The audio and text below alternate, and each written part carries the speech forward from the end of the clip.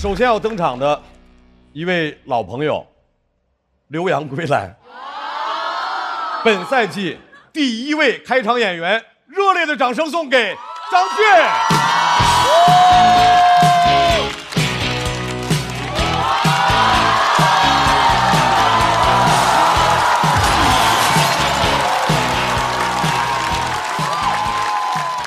大家好，我是张俊，你们好，你们好，很开心又见到你们了。自我介绍一下，我是一个生活在纽约的 vlog 博主。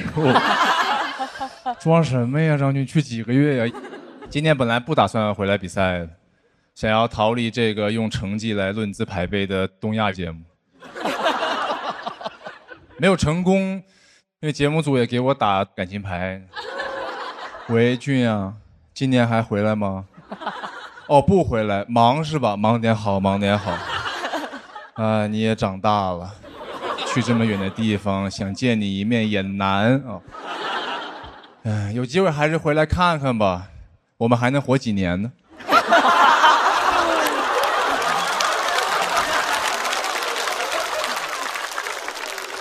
以后回来想见都见不到了。对了，今年录节目通告费涨了。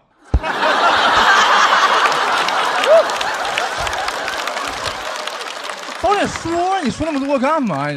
早点说这个，我直接从导演衣柜里面跳出来，哒哒。我对我们的文化好像有了更多的认识。我刚落地纽约，我有些朋友就带我去吃中餐，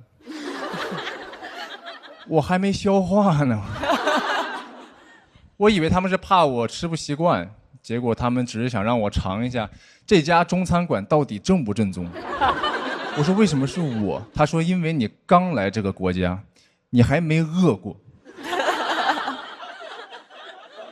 我好害怕啊！但他们心里已经有答案了。他一边点菜一边说，这家其实相当正宗，这家特别正宗，这个比国内还正宗。哇，倒反天罡，这不像鉴宝节目，他们就是故事老头，我就是那个专家。专家要是说不正宗，他跟你急，你懂不懂啊？这家东北菜是当地最正宗的东北菜，你懂不懂啊？然后老板走过来，猴不猴气呀？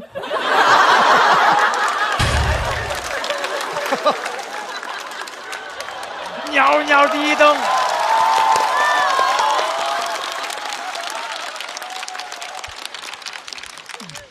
吃了不少中餐馆，都很好吃，就差一点味儿，不知道差什么。直到有一次我在唐人街吃饭，听见隔壁有一个华裔妈妈跟她女儿说：“我跟你爸在美国这么辛苦，就是为了能够让你上一个好大学。”我说这中餐太正宗了，这太正宗，就是这一小撮愧疚感。我说我这个剁椒鱼头怎么有点淡？原来是少了我的眼泪。有些美式中餐它好吃，但它不正宗，因为它最后总是要给你一个幸运饼干，里面有个纸条，写一些特别正面的话，人生勇气惊喜。不要，你要正宗的话，你打开里面写你又在外边吃饭。正宗是一种文化氛围。有一次我有几个朋友带我去吃，他们是各个国家的都有，他们带我去吃中餐，我一进去就感觉这个地方不妙，不正宗，因为那个服务员问了我一个特别陌生的问题。他说：“你有什么过敏源没有？”我没有，但他们都有，就我没有。我就问服务员：“你有什么推荐吗？”他们怎么都有？我朋友他是个美国出生的华人，开始报自己的过敏源，跟报菜名一样。我花生过敏，大豆过敏，鸡蛋过敏，还有乳糖不耐。那个时候我意识到我是一个相当正宗的中国人。因为我第一反应是你不吃就滚。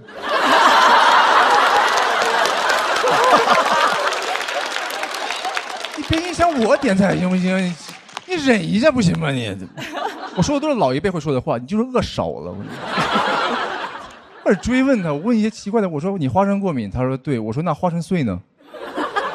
他说也过敏，我说那花生露呢？他说我不是对花生的形状过敏。可是我想吃花生，我就说你得学会吃花生，你不会吃花生，以后进了社会要吃亏了你。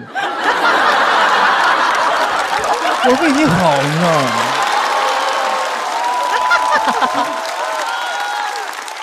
我觉得他的需求是完全合理的，就应该这样。我只是很嫉妒他可以这么坦荡的说，我不是这个，我不是那个。然后服务员也特别配合，好，还有呢，还要什么呀？3个过敏1个不耐，你还要什么呀？再来一个，今天我们只能喝西北风啊，那不行啊，我有鼻炎，我冷空气过敏。这怎么行啊？我们顶多拒绝一下调味料。所以很多人网民写不吃香菜，没有人写不吃花生大豆鸡蛋牛奶，因为这就是一杯奶茶的成分，你知道。我有时候真想犯贱，你知道，先生您喝什么？我要一杯他的过敏源。这个特别尊重人的吃法是正确的，只是不正宗而已。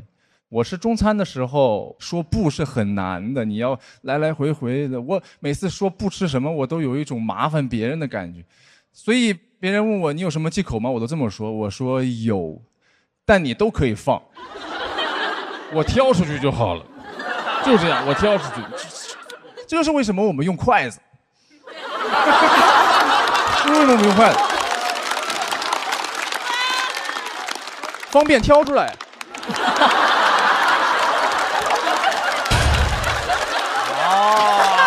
厉害啊！我现在快用可好了，我香椿炒鸡蛋，我把香椿挑出去；小葱拌豆腐，我把葱花拌出去，再把大豆蛋白分子也挑出去。我现在筷子用可好了，我可以夹断化学键，你知道吗？说不是很难的，就算你不吃，人家也要给你夹，夹的就是你不喜欢的那个，你尝一下。哎，你尝一下，你是不是嫌弃我？当然了。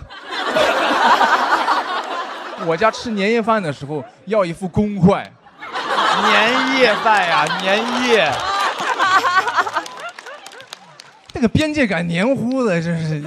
你试一下年夜饭的时候要一副公筷，所有人都是你什么意思啊？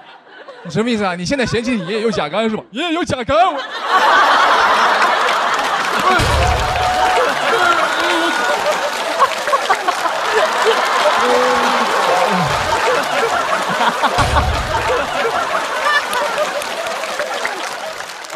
算了，我挑出去就好了。这次回来就是10天前刚回来，这每天熬夜，然后黑眼圈，然后掉头发，非常非常辛苦。我这么辛苦就是为了能够给你们带来很多欢乐。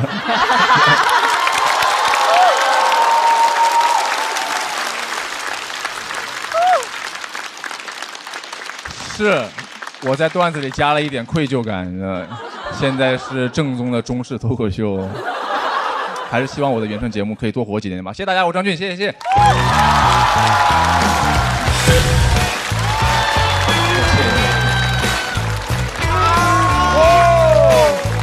相当完美，不跳。哎，谢谢。接下来要上场的这位演员，去年在这里怼天怼地，但是认怂速度非常快，掌声欢迎高寒。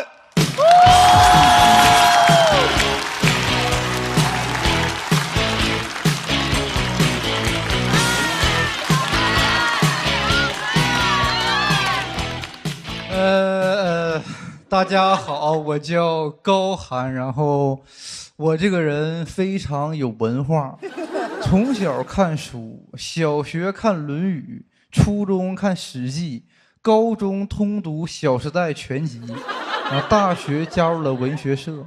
当我发现城里文艺青年看的书我没看过，第一次聚会一个人说他喜欢萧伯纳，我说喜欢有啥用？你得跟他表白呀。就听他们聊作家，我真害怕。就聊什么啊，村上春树、三岛由纪夫、列夫·托尔斯泰、托斯妥耶夫斯基。我说啊，一寸长一寸强是吧？那我喜欢达拉崩巴版的北迪比都不弱。那个场合。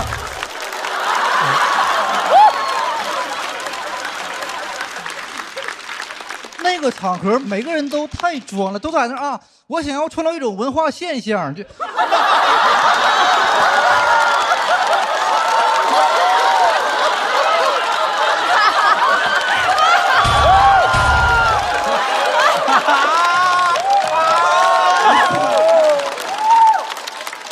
敢吱声。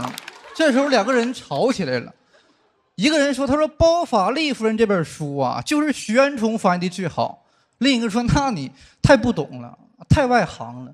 包法利夫人你得看李建武翻译的。”我一看机会来了，我一句话给他俩都镇住了。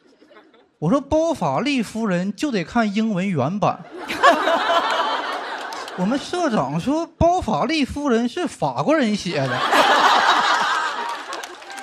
哎，现在回想感觉真挺愚蠢的。就你喜欢的作家跟你本人有什么关系呢？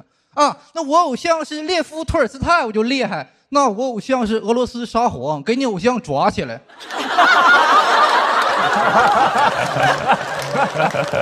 抓起来。当时最愚蠢的是那种死亡崇拜，为了显示我才是最文艺的，我说我打算30岁就自杀。社长说太晚了，他说我25就死。我说完了，大意了，早知道我说25好了，我说25，他今天就得死。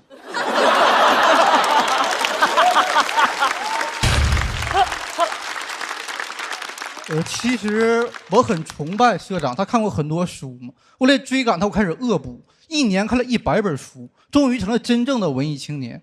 但有些人开始歧视文艺青年，说文艺青年娇柔造作，无病呻吟。人到洛阳花似锦，偏我来时不逢春。啊，我不光是文艺青年，我还是一个古风小生啊。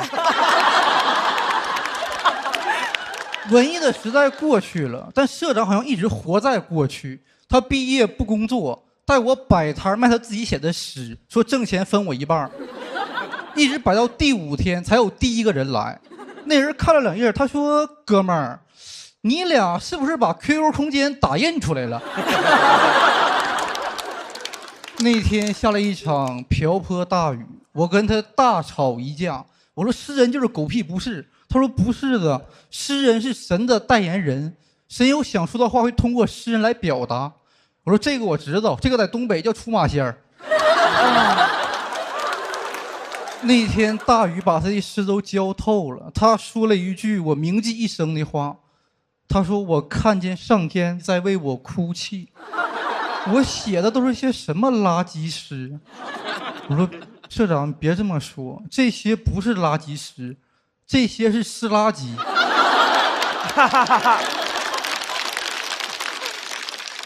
之后我们就不联系了啊。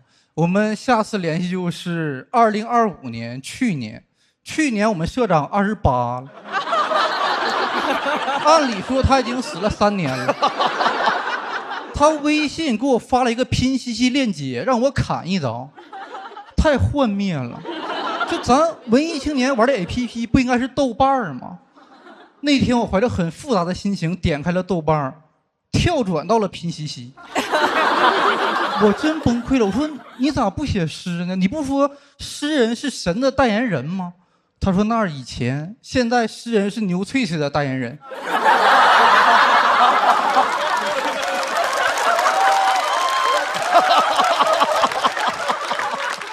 我说这都是啥呀？拼夕夕牛翠翠，高涵涵心碎碎。是心碎碎了哦。晚上我喝多了，给他发微信，我说社长，我们还能文艺吗？他说来不及了，我已经看了100多部红果短剧了。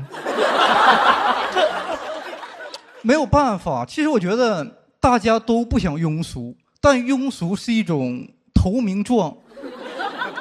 想进入社会就要处理掉文艺的自己，所以现在社长没有生存空间了。之前我们的文艺都能发表在 QQ 空间，这说明什么？这说明我们应该感谢腾讯这么好的平台。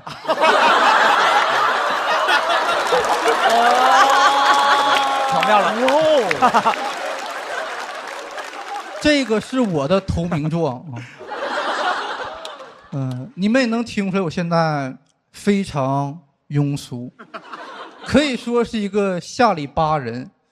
可能有朋友不知道这词儿啥意思啊，没关系，不知道下里巴人啥意思，说明你是一个下里巴人。对跟我一样，跟我一样。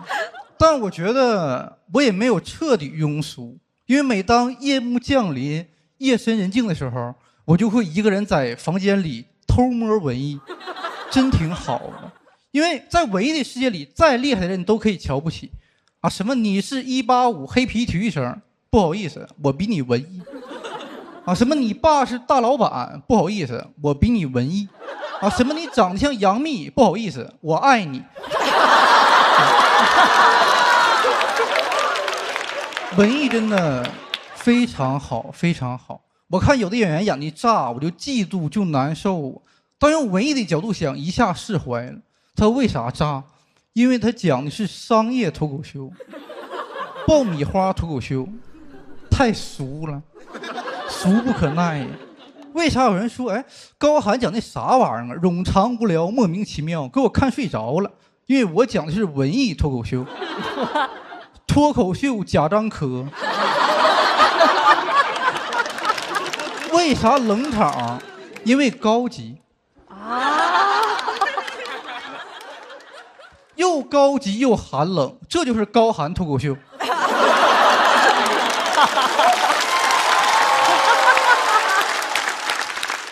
所以我讲脱口秀不是为了炸场，是为了让你们思考。经常我一个梗抛出去，现场就陷入了鸦雀无声的思考。有一次大家正思考呢，有个人竟然笑了。我说谁呀这么不懂事？我在台上就找啊，找了一圈没找着。后来抬头一看啊，原来是人类一思考，上天发笑。哎，好久不见了，上天！上次见你还是在那哭泣呢。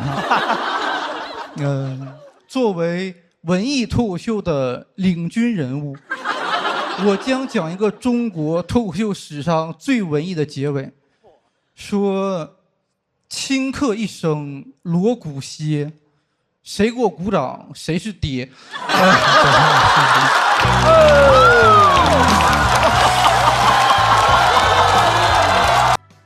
张俊战队的第2位，对于我们的节目来说是一位新人演员，掌声欢迎曹国。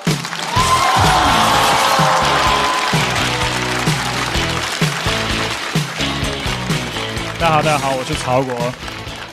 大家可以看到我今天留了一个比较短的刘海过来。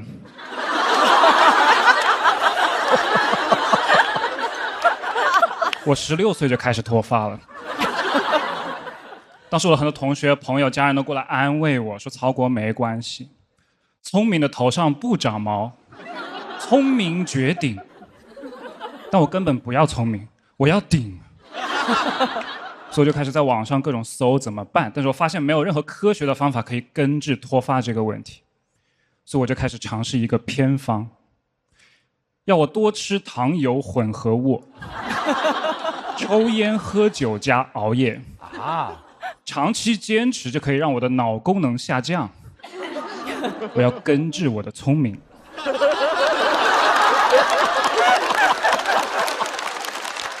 当时我坚持了1个月，测了一下我的 IQ， 测出来130，我都要崩溃了。为什么别人什么都不用干都可以笨笨的，我这么努力了还这么聪明呢？脱发这个事情还是给我带来了很大的冲击。一般的男孩子看起来比他实际年龄大个3、4岁很正常，我不一样。我看起来永远都像一个比我的实际年龄大10岁，但是保养的还可以的男人。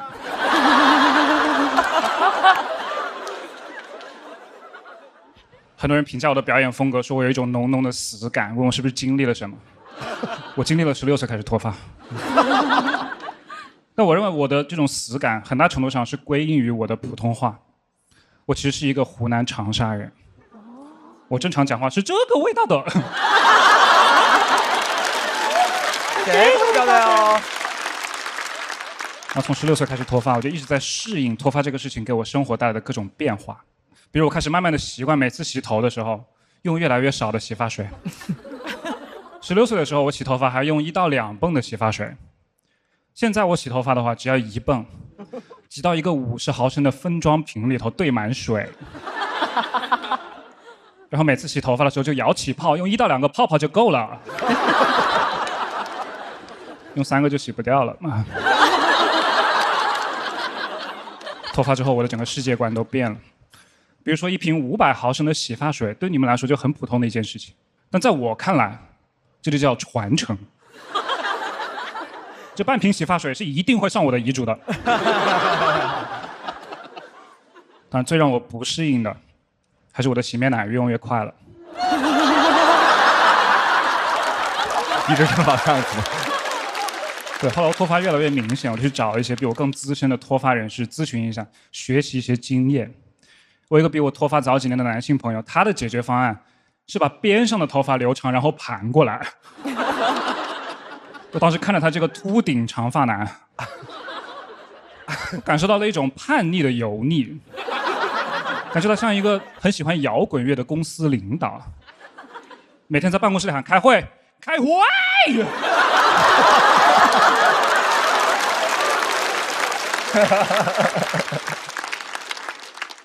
我还有一个朋友是那种地中海型的头发，就中间已经空了，但周围一圈还有头发。他的解决方案是把边上这一圈都留长，然后扎成一个丸子盖在上面，像个茶壶的盖子一样。确实看不见他的头皮了，但是我说你这整个头上的头发扎起来就一个撒尿牛丸那么大，还是有点明显的嘛。我也采取了很多这种补救的办法，比如吃一些生发的食物，涂一些生发的药物，然后我额头以上的部位就越来越秃，我头上其他地方就毛越来越多。所以你们可以看到我现在走的是这种南半球的性感风格，北半球确实长不出来了。现在年轻人都喜欢什么韩潮、日潮、国潮，我喜欢清朝。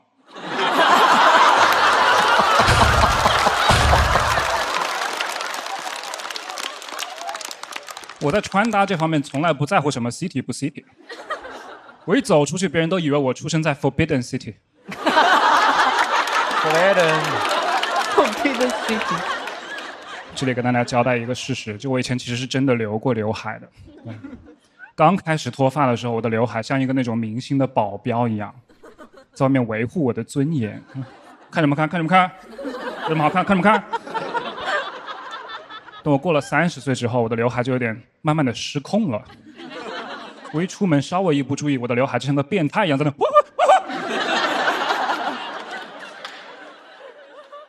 所以我赶紧把它给剪了。我也没有准备去植发，因为其实我的发际线还没有稳定下来。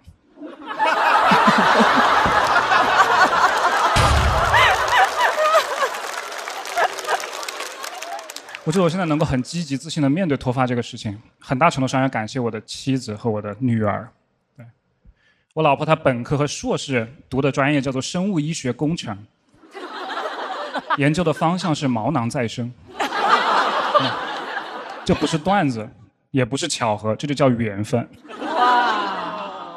我们两个谈恋爱的时候，他说过最浪漫的一句话，是我们实验室在招志愿者。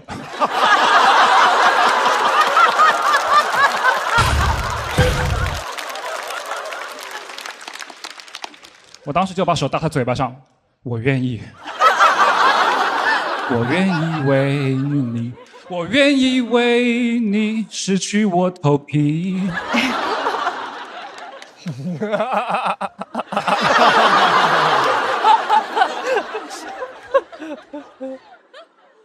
当时他的硕士论文要用全英文写，虽然我对于生物医学工程的知识完全不了解，但是我英语还可以，所以我帮他改了一下用词和语法。当我反复看到 fail 这个词的时候，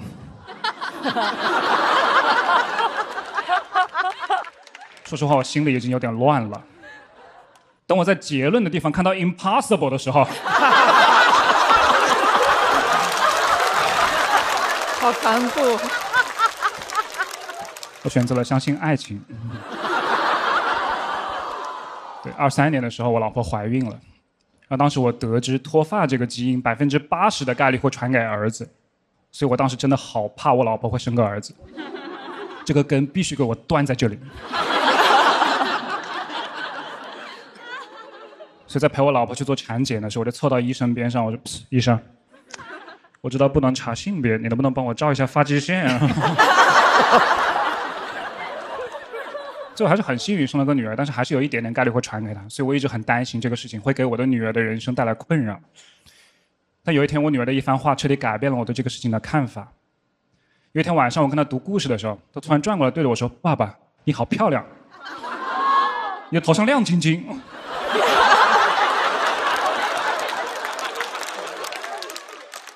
我当时真的觉得我的女儿眼睛里都在发光，仔细一看是我的额头的反光。但不管怎么样，我女儿这一番话让我就接受了，我就是一个聪明的靓仔。谢谢大家，我是曹国。掌声欢迎赵越。我喜欢。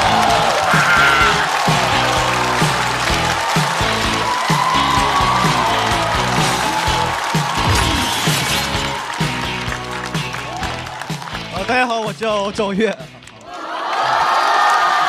哇，超级无敌喜欢他。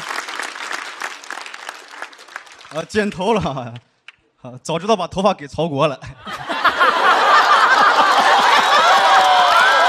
我不要，我不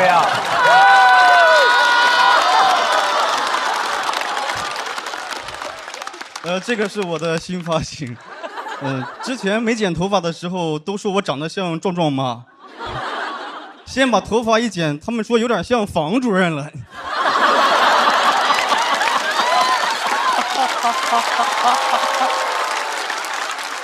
我今天想跟大家讲一讲我和我妈的一些事，之前在节目上从来没提过她，现在有些网友让人无法想象，我在节目上没讲，他就以为我没有，其实我有。我妈她是农村红白喜事的服务员，她一天可以挣50块钱，但也不是每天都能挣50啊。因为天天挣50，村里人也受不了。我怀疑我们村以前是个县。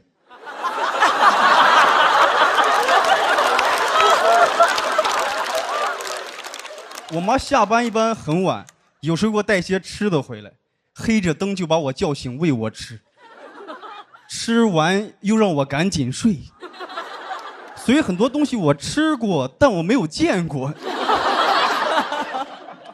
他也带我去吃过很多村里的流水席，哎呀，流水席可太好吃了，我至今都记得我们村首富他奶死的那一次，席上的菜一个比一个硬，吃一半我骂自己，这就饱了？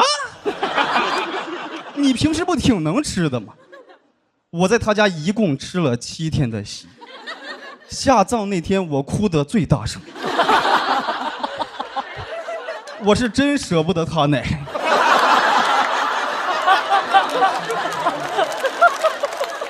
后面几天看到他家老爷爷，都好想说上一句“廉颇老矣，尚能饭否”。这个是开玩笑啊，我还是希望爷爷长命100岁。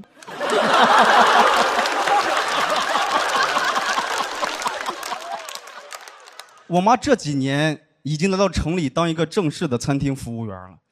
因为在村里很难接到活了，现在年轻人都不结婚，老人也长寿。老人长寿就是在等年轻人结婚，两拨人杠上，年轻人不结婚，老人他就硬长寿，把我妈活活耗在那儿了。我妈是在一家日料店上班啊，真没想到，我们村第一个进外企的是我妈。他很担心这个事儿对我有影响，老问我说：“妈，当服务员你会不会觉得丢人啊？”我说：“妈，丢人这事儿我从不靠父母。”我妈说：“你这窝囊话说的真霸气。”我真不觉得丢人，我之前干过服务员，那会儿朋友还跟我开玩笑说：“你妈是服务员，你现在也是服务员了，那你们家是服务世家呀？”我说：“是。”你可能不知道，我出生第一句话就是买海票丝儿。我妈这工作经常要加班，有一次去看她都快下班了，还是会来人吃饭。我也劝我那个不好意思哥，咱这儿快打烊了。那个人不听劝，说没事没事，我吃得快。他是吃得快，但他喝得慢。喝完还教育我说：“兄弟，你听哥一句劝，以后要是有女的说爱你，千万不要信。我说哥，以后要是有男的说他吃得快，你也不要信。我妈在城里比在村里舒服一些，因为在村里的舆论压力很大。在村里，你要是7点不出门扫地，村就说这家人完了，懒。但你7点扫了地又能得到什么呢？就能得到一个评价，叫这个人勤快。勤快就像锁链一样，把我妈在这儿锁了半辈子。我妈来到城里，感觉终于有了自己的带薪休假。休假她最爱干的事情就是回村，有时候就半天假，她要回去给地里浇个水。半天假不是我妈的极限，是村里水泵的极限。她活得像阵风，城市尚未觉察她的离去，土地就已知晓她的归来。有点文艺了，厉害了，厉害了！哎，高寒有对手了，对，我妈不怕吃苦，她觉得苦1年又不是苦一辈子，但其实一辈子就是一年一年苦出来的。我说妈，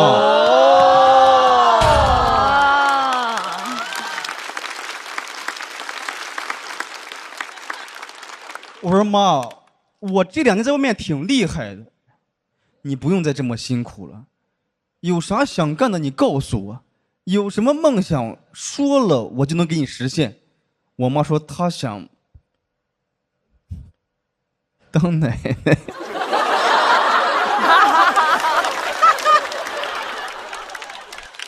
我说妈，我错了，我在外面啥也不是，对不起。现在身边人结婚我都不敢跟我妈说。去年我发小结婚，我妈还问我说那个谁结婚了你知不知道？我说我不知道呀，这多少年都不联系了。我妈说你是伴郎你不知道啊？你咋光骗妈呢？你咋就不知道着急呢？我25岁的时候都已经有你了。我说妈，我25岁不也有你吗？哎呦，哇！这有什么好遗憾的呢？咱们共同参与了彼此的25岁。我妈催我，她是想趁还干得动再帮帮我。其实不用的，她给我的已经够多了。小时候我是村里唯一一个有儿童牙膏的小孩，因为儿童牙膏比成人的要贵5、6块钱，其他小孩都没有儿童牙膏，也没有成人牙膏。我很早就知道牙膏是有草莓味的，我这一口好牙太适合啃老了。真怕爱上，别再为我做什么了。下班了，袁女士。讲到这，谢谢。让我们掌声欢迎来都来了的小蝶。大家好，我是小蝶。要和小蝶对战的这位演员，他想和大家分享一下今年的变化。掌声欢迎史岩。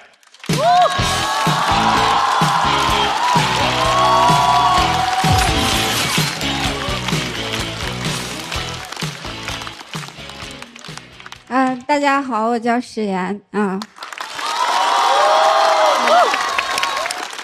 我是从那边过来的，完就今年上这儿来了，主要是听说这边去年播的挺好，我寻思来看看咋回事儿，反正你们好好整呗，你们，你整不好，明年我还回去。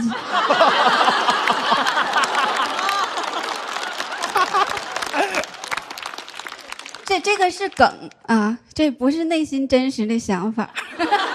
现在情商太高了，现在，我前一阵刚过完自己40岁的生日，这情商高正常，但是智力有点下降，前2天吧，在那个蜜啥啥城点了一杯水，没给我，说没有尾号是6342的，我走出去2站地。找着另一家店儿，完才整明白，说这快递取件码取不了果汁儿。这智力下降吧，现在还打上呼噜了。有时候就感觉自己一个声音像一颗彗星似的，有尾巴。有时候笑着笑着吧，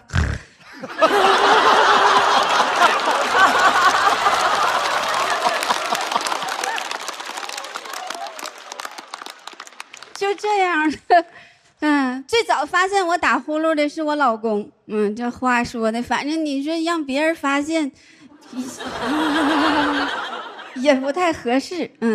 他说我影响他睡觉啊，让我上医院去看看去。我说怎么结婚这么多年了，还是没习惯女性发声啊？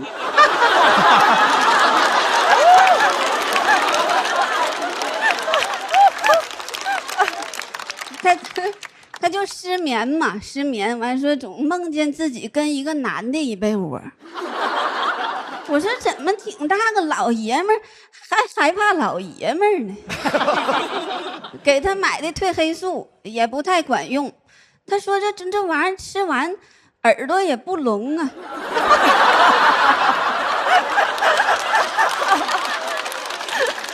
哎呀，睡不好，俩人睡不好，后来就分居了嘛。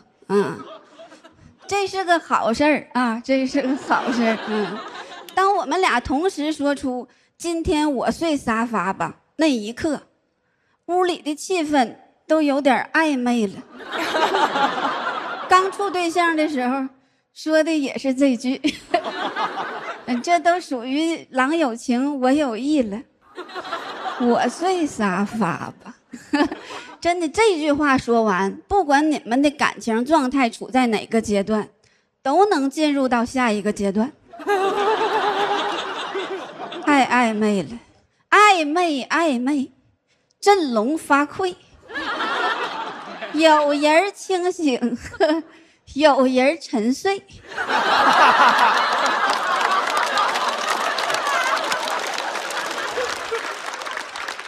比我的呼噜还响了80个分贝。这玩意儿写的太小品了。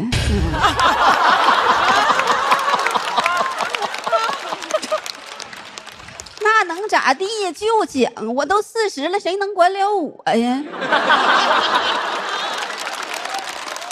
接不着上春晚的活，还不让过上春晚的瘾呢。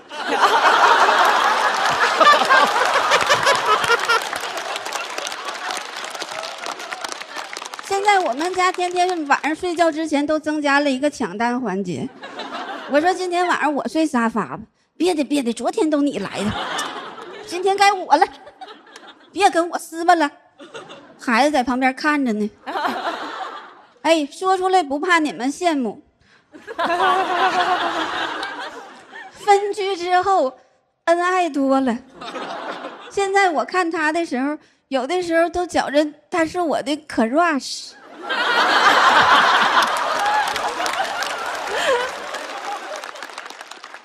之前吧，我一直不愿意承认这个事儿，因为我睡着之后我听不见。一直到后来有一次我在外地演出，演完出晚上坐卧铺回家，当时跟3个大哥分到了同一个包厢。我当时是下铺，就是印象当中比较容易被骚扰的那么个位置。我知道法治社会现在出现那种情况的概率比较小了，但是你知道女人一旦知道自己还有点姿色的时候，她心中吧难免就会升起那么一丝恐惧。他们当时放的确实也是很开，我这行李没放好呢，他们都光上膀子了。我心说，我说这有点危险，要不今天晚上就不睡了。我就一直坐到沈阳北，天亮我就下车了。后来呢，是被自己的呼噜给震醒的。不知道你们打没打过那种，就是可以把自己震醒的呼噜，就是那种嗡一下子。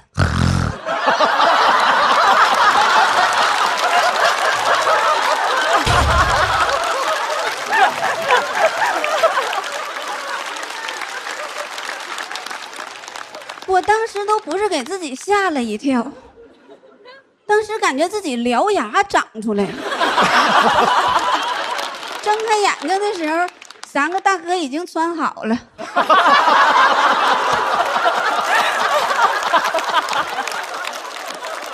一人拿一瓶甜水在那坐着呢。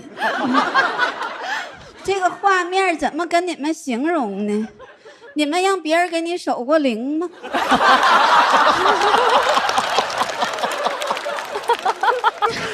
这3个猛男，哎，穿戴的非常整齐，眼神当中吧，还流露了那么一丝疲惫和哀怨，同时还有一些难以置信。你就感觉他们之间互相怀疑过彼此，但是最后发现问题出在我身上，真的是我这么多年做过的唯一一次不熄灯的卧铺。那天晚上大家都在保持警觉，3个大哥为我亮灯。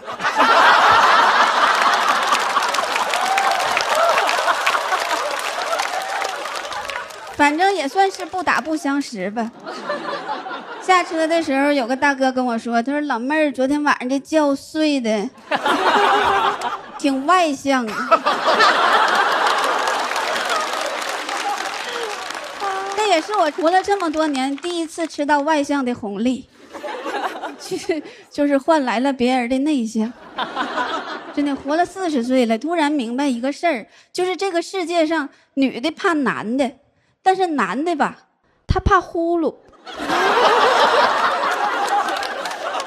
之前我一直都不愿意承认自己打呼噜这个事儿，我就一直觉得有点丢人。但是当我发现，就是我无法克服的这个缺点可以保护自己的时候，我突然就放下了，甚至现在还有点窃喜了呢。真的，我知道讲完这段肯定能有人联系我说打呼噜能治啥的。我知道能治啊，我想说啥呢？就是当一个女人发声的时候，能不能先别说她有病啊？这也鼓掌啊！打个呼噜上这高价值，脱口秀完了，脱口秀。谢谢大家，掌声欢迎冯子豪。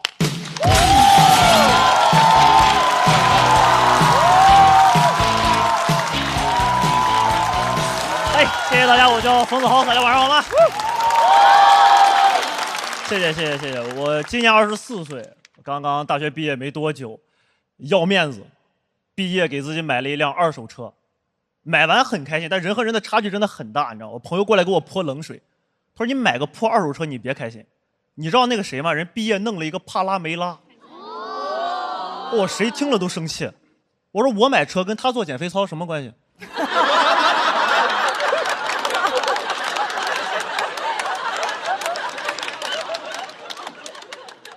人和人的差距就这么大。后来才知道那是帕梅拉。上网搜保时捷帕拉梅拉多少钱？人民币130万一辆。很好，你们的反应很平静。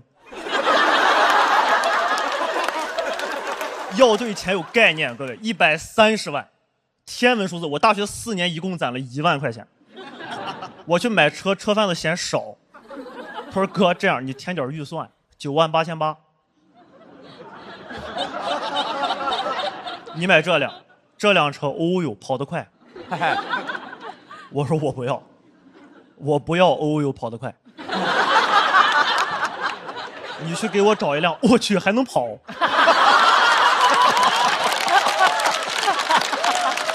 他带我看了他们的镇店之宝，一辆2008年生产的捷达，一辆退休的出租车重新喷的漆。我说哦，这个有点侮辱人了。我就往死里砍价，我说你这个车1万卖不卖？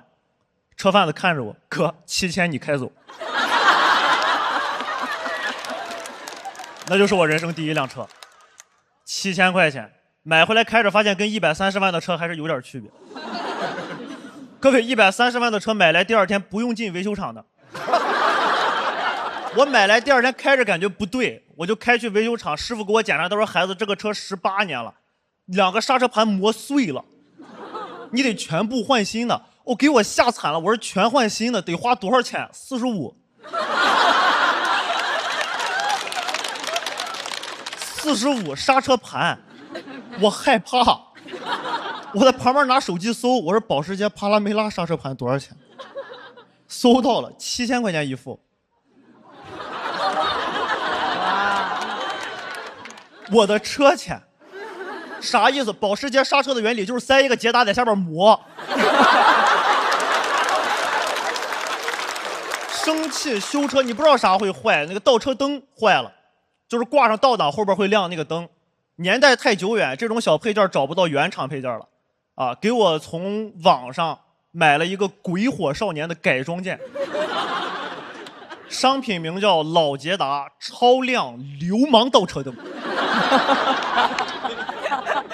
我说什么叫流氓倒车灯？是我挂上它的时候，它会对着后边的行人。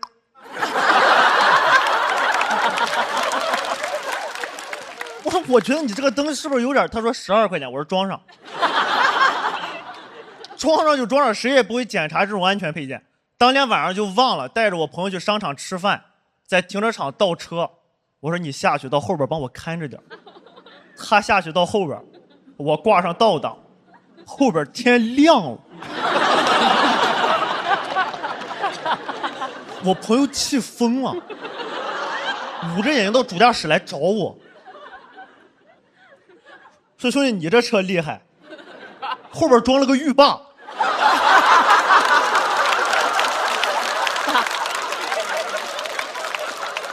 修啊，你都不知道这个车坏什么东西。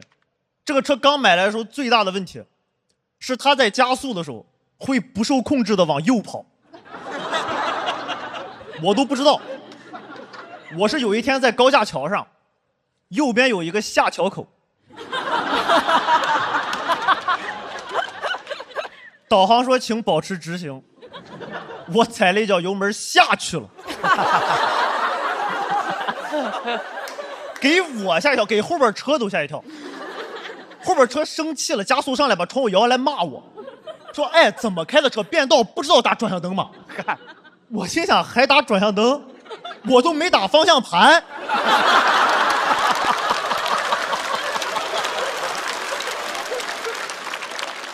很害怕，抓紧上网发帖子问我刚买了一辆二手车，会不受控制的拐弯。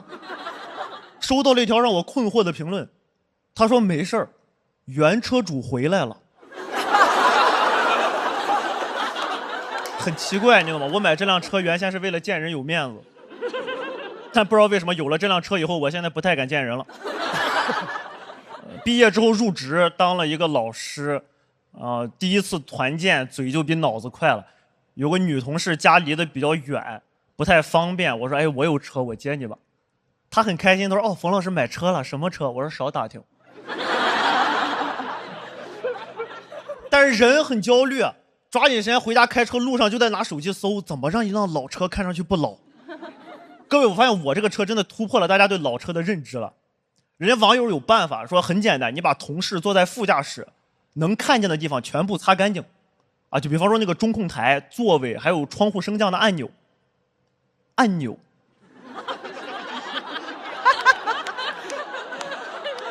我那是个摇把。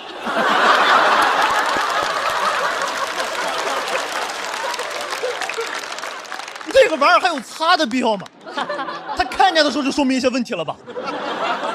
我怎么跟人家解释呢？我说你抓住那个，我抓住这个，咱俩一块摇。我很焦虑，我知道他看见摇把就知道这是台老车，我多虑了。他在车外边就看出来了，站在车外边敲我副驾驶玻璃，说冯老师，车不错，就是得18年了吧？我说你怎么知道？他说你往后看，我就往后看，发现我车后窗玻璃上贴了一行白色的小字，写着与一汽大众携手为北京奥运喝彩。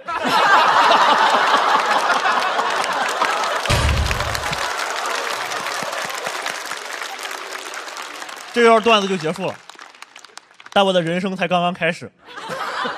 他就上车，我们就去那个团建的地方，一路上我们真的很安静，因为我的车里真的很吵。同事很有礼貌，要不咱听个歌，冯老师？我说可以，你把前面那个扶手箱打开。他说啊，蓝牙在扶手箱里吗？我说磁带在扶手箱里。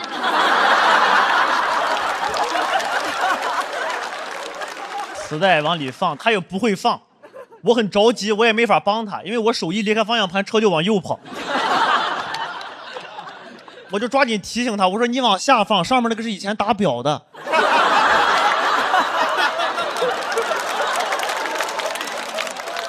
放进去就听歌，听了几首我就停了。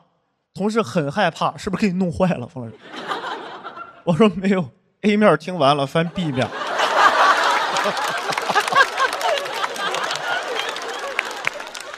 同事很困惑，问出了那个他终于想问出的问题：冯老师为什么买这辆车？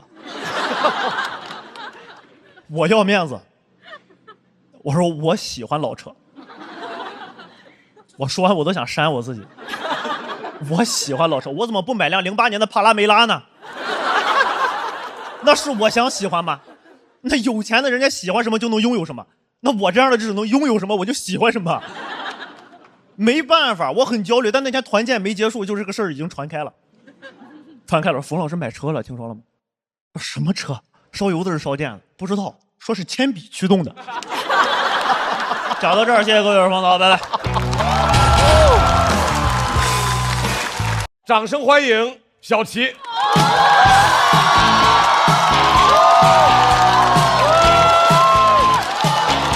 来吧，主咖。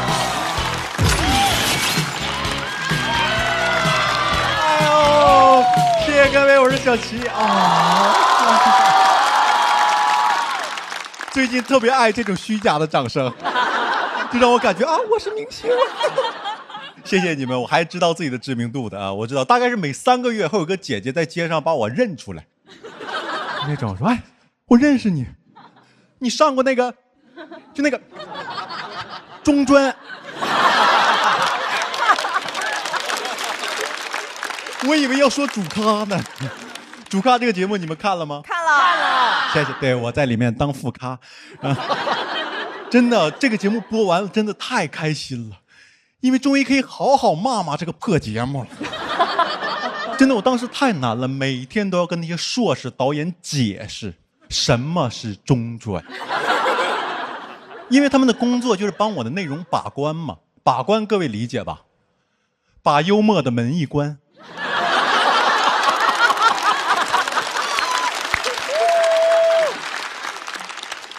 他们质疑我的时候，我每次解释都感觉我自己很屈辱呢。因为我段子不说我16岁参加工作嘛，他说不对呀，小学、初中加你中专3年，怎么能16呢？我说对不起，我13上的中专。他说13让上中专吗？我说我不知道啊，没人拦我呀。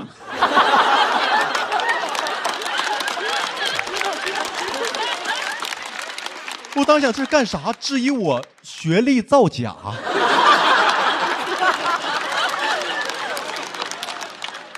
他说不是，我就不知道。他说这个事儿好像有法律关系，我们得问问法务。你知道我当时吓坏了，朋友。我说问法务，问完我不会犯了什么偷学漏学罪吧？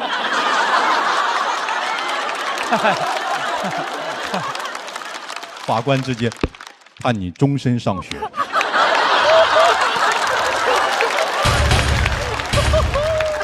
朋友们，这个世界怎么了？啊，大家听说13岁上大学，神童吧？我13岁上中专啊，犯法吧？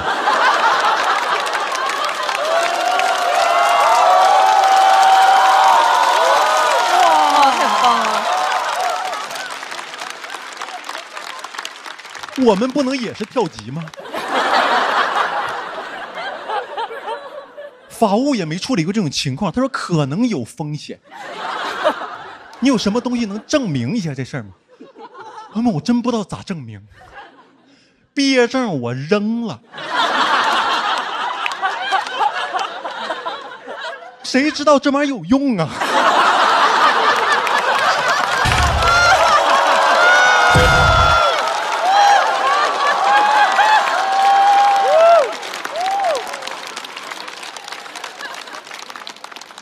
我之前找工作说我是中专，没人不信呐。没人，我看你像博士。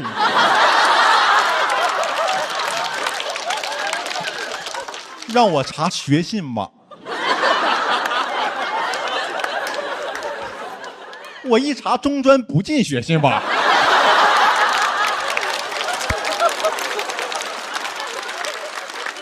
学信网的全称是中国高等教育学生信息网，中专是中等教育，而且我查了，我们没有低等教育。我记得上次这么分的是星某课呀。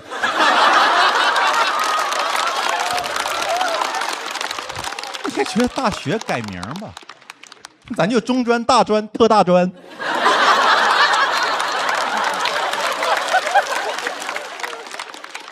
而且你知道我查学信网多难吗？学信网的验证码是一道题。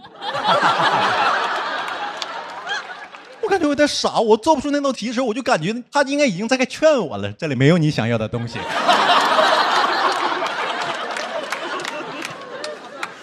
没法证明了，朋友们，而且我发现我的母校被合并了。朋友们，准确来说，我现在是小学生。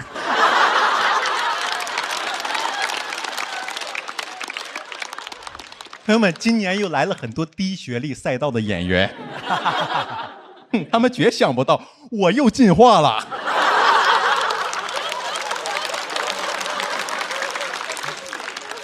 哥们儿无敌了，我不信会有人把学历停留在大班儿。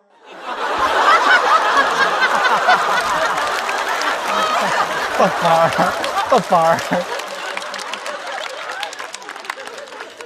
我现在算制霸低学历赛道了。但朋友们，我真的不想困在这儿，我想突破，你知道，我不想80岁了一上台还是我是脱口秀的小学生。但我知道我这样，我上来就读书肯定是激进。我想去大学，就我看看，我不上啊。我没去过大学，我一直想去看看，因为这事儿还特意找的张绍刚老师。你们敢想，他居然是中传的教授。谢谢，对，给张老师的掌声可以啊。对，我也没想到，以前我以为他只是没素质，然后没想到他这么有文化，你知道吗？一聊天真的是那样的。我去他请吃饭嘛，我在那抢买单，你知道吗？抢买单我花2000多，我真没想到这么贵。你几个人多大个嘴？对不对？我求他，我说求你了，让我大学看看吧。我花完钱才知道，大学小程序预约就能进。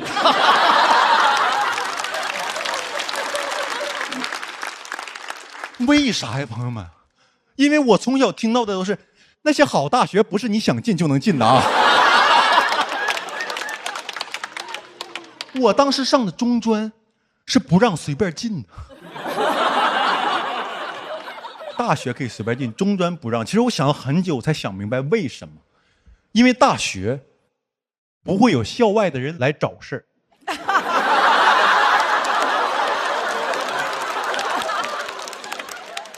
不会有人一脚踢开北大的大门，在那说：“你们老大谁呀？”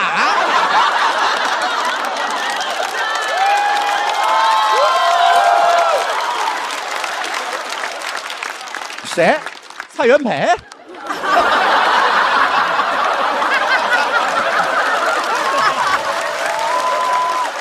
打扰了。但谁能想到那天张绍刚教授亲手教我的小程序预约？在那说：“小杰，别吃，小杰，你不知道啥？他打断别人的时候，指尖跟下巴是连上的。小杰。”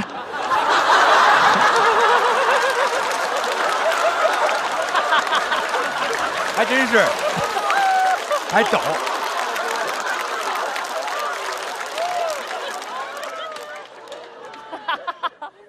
小程序下拉。朋友们，屈辱！我让一个老头教我使手机。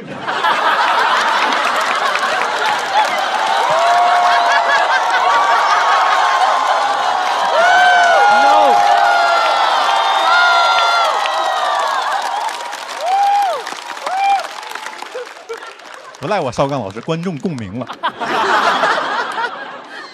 我还问为啥吃个饭花这么多还不好吃？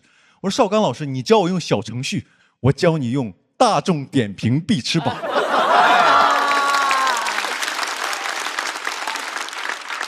大众吃出来的美食榜单，想吃好可不能脱离大众，别总点评大众，多用大众点评。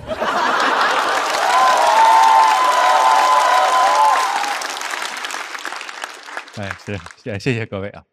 好，朋友们，第一次真的很感谢邵刚老师让我去见了世面，真的。我第一次去大学什么感觉？朋友们，就感觉大学真大呀，还有体育场、家属楼、奶茶店，就是那个蜜莎莎城。真的，我每年都刷到什么大学又缩招了，我真以为他们没有地方了，招不下了。我想你把奶茶店你改成教学楼，不是又能收50个中专生吗？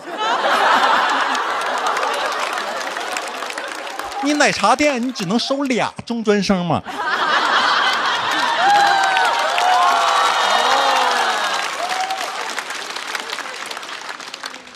我感觉逛那个校园，我大脑已经过载到没法跟人正常交流了。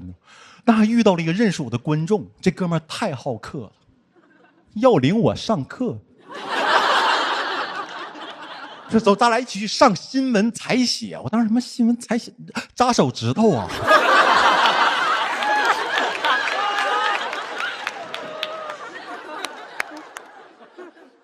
我知道有点愚蠢这个想法，但我发现那些大学生不了解中专的专业，他们也很愚蠢。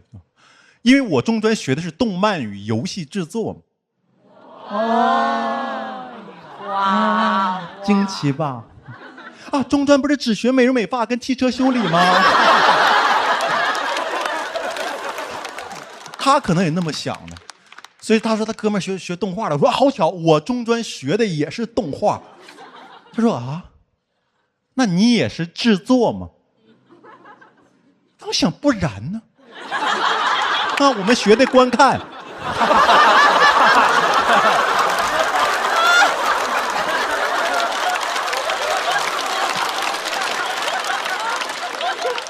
我们40个孩子坐教室里看动画片儿。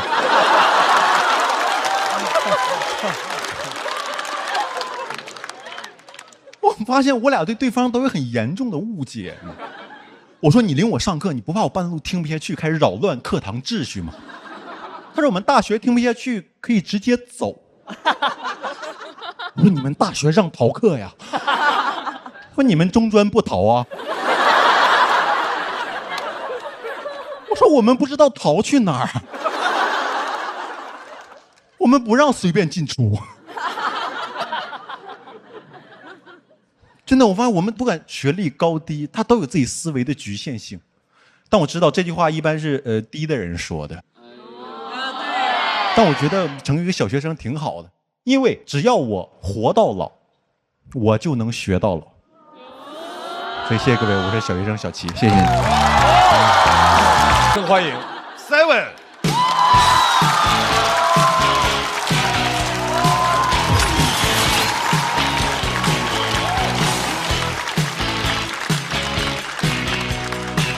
哎，大家好，我是 Seven， 还在上班，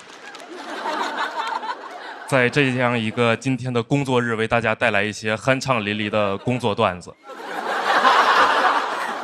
不知道你们会不会用那种线上会议软件开会啊？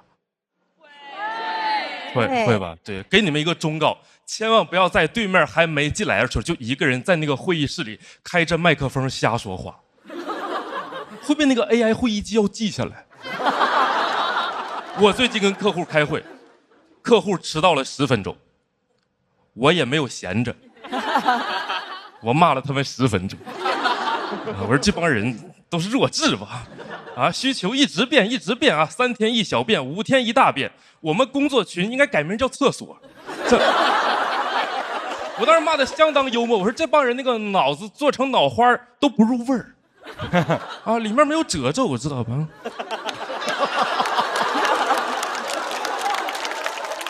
骂的可爽了，全让 AI 给我记下来。实时生成。客户进来时候，那侧边栏已经写上了，写的参会人员疑似对会议很不满意，他建议项目团队解散，并且表达了对火锅的喜爱。看这会议叫在这生成的时候，我感觉天都要塌了。而且最绝望的就是你没办法制止他，因为就算我跟他说你别记了，他也只会写下来，他说你别记了。啊，就感觉这个东西特别像古代那种什么破事都记得史官，啊，就皇上最爱杀那种。我现在强烈建议砍掉这个功能，我不需要如此完整的软件，这方面我跟皇上是一样的，我们永远最信任阉割版。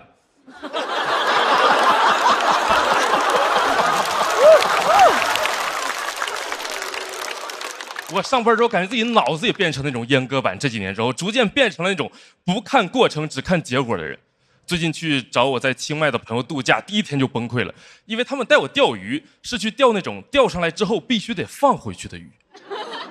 朋友们，我上班之后真玩不了这个，毫无产出啊！就这种行为的愚蠢程度，在我心里可以等同于你把 PPT 改完之后点那个不保存。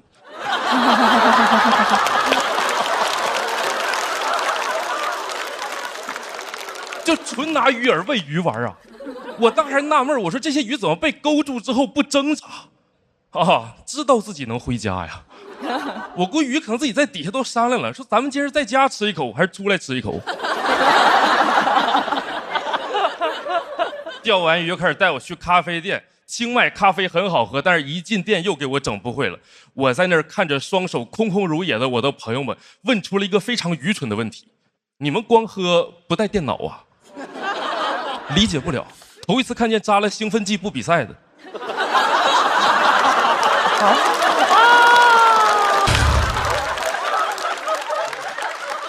我实在受不了，我开始采访他们，因为他们在那儿一唠就唠好几个小时。我开始采访，我说你们平时就这么浪费时间吗？他们说对，但是我们不管这个叫浪费时间，我们管这个叫雕刻时光。好装啊！我要不是确定坐我前面是我朋友，我以为张俊跟我说话呢。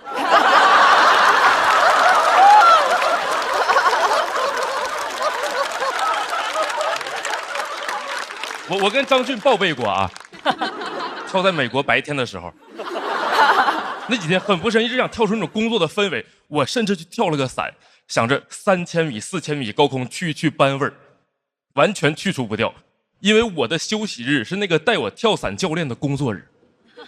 朋友们，就是这样，这个世界上就没有什么诗和远方，你去的远方就是另一个人的工位。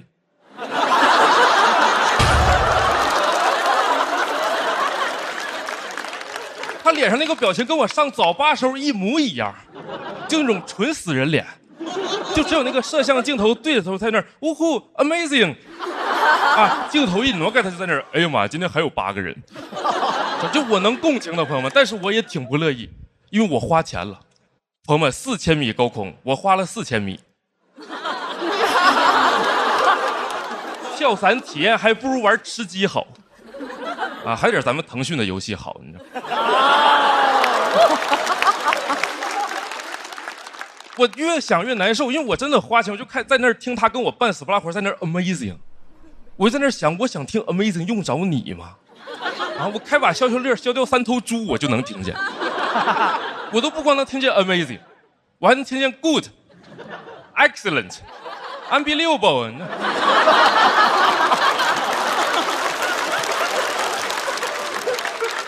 我听啥听不见，真的，我越想越觉得消消乐好，朋友们，真的，你们想啊，比钓鱼有产出，比喝咖啡能消磨时间，比跳伞有情绪价值，而且最重要一点，上班时候就能玩。啊，但是我一般下班玩啊，领导，那个啊，这个是跟电视机前的我领导说的，这就是我过去1年的上班生活。其实讲之前很犹豫，因为导演组没那么建议，说这几年讲职场的人太多了，啊，大家有点听腻了。但是我觉得这个不赖我吧。啊，也不赖侯志源啊，我觉得这个应该赖那些装职场人设、编职场段子的演员吧，啊，我就不点名了，我们有班上的人处事圆滑，那个啊，点不过来朋友，就是2边节目都有，甚至还有朋友给我发稿子跟我说 ，Seven， 我没上过班，但是我感觉在这里可以骂一下老板，你帮我加个梗吧。我说我可以帮你投简历，对吧？没工作就别硬说职场了呗，朋友们，真的没有自己的原生家庭吗？对吧？你就抢我赛道也就算了，怎么还能让我赛道上背着你跑呢？啊，反正我就想上班。我最后分享一下我那个上班的收获，朋友们，真上班是会有收获的。最近马上就要升职了，然后最近还发了这个论文和专利，哇，甚至还接到了商务，哇，所以我要开始了。那个番茄是个宝，茄皇错不了。每桶茄皇使用约1颗阳光番茄，汤底浓郁，酸甜鲜美。世界上没有诗和远方，但是茄皇永远阳光啊！谢谢啊，谢谢啊，好，哎，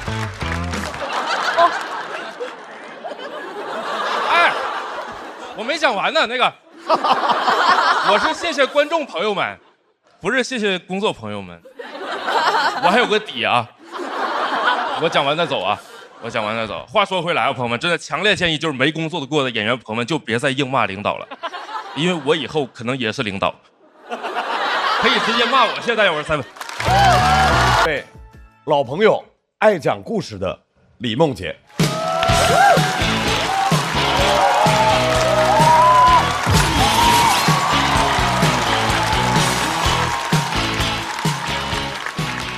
Hello， 大家好，我叫李梦洁啊。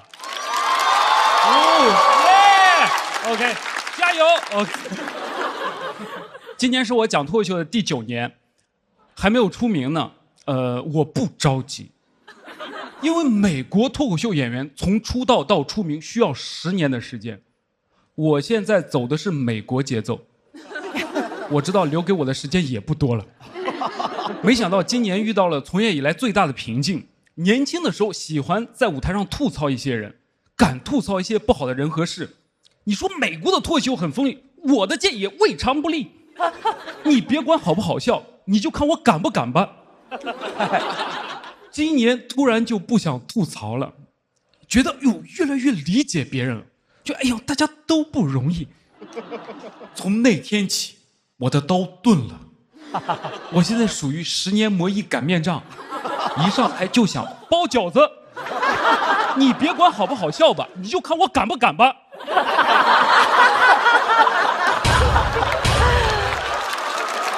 10年磨一擀面杖可以啊，这个非常可以，这个好。我之前总觉得坚持自己吐槽的风格，一定会有喜欢你的观众，你慢慢会红的。直到我看到一个骂我的帖子，他说李梦洁这种演员到底谁会喜欢呀？有个喜欢我的观众替我说话，他说你们呀根本就不懂李梦洁，她就是那种注定不会大红大紫的演员。爱我的人伤我最深。我妈还安慰我，不想吐槽别人，你吐槽妈妈好了呀，到时候你火了，妈妈去上海照顾你，妈妈喜欢上海的呀。我说妈妈你等等，你什么时候有的上海口音？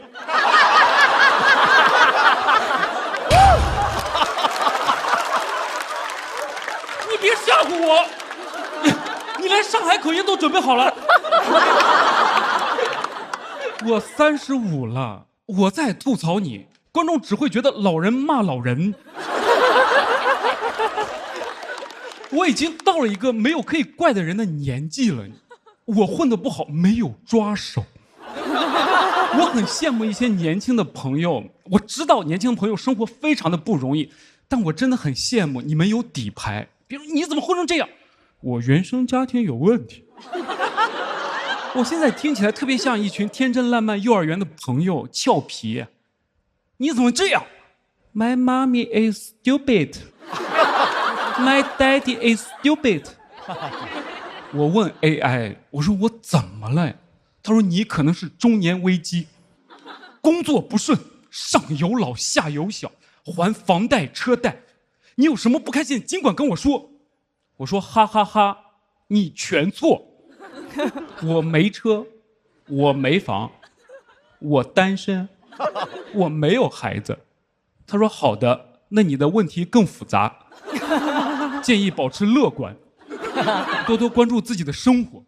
我说谢谢你啊，人工智障，谢谢你让我发现哦，原来我不只是工作不顺，我生活里一无所有啊。混得不好，你其实不想关注自己。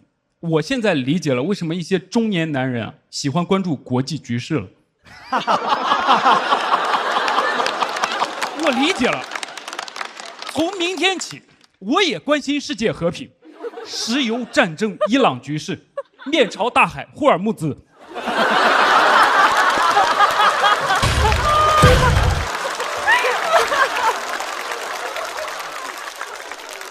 我现在是上没老下没小，没有成大事的品质，每天都有一点难过的小情绪，成了一个脆皮中灯了。每天都在想，哦，今天是不是又对不起谁了呀？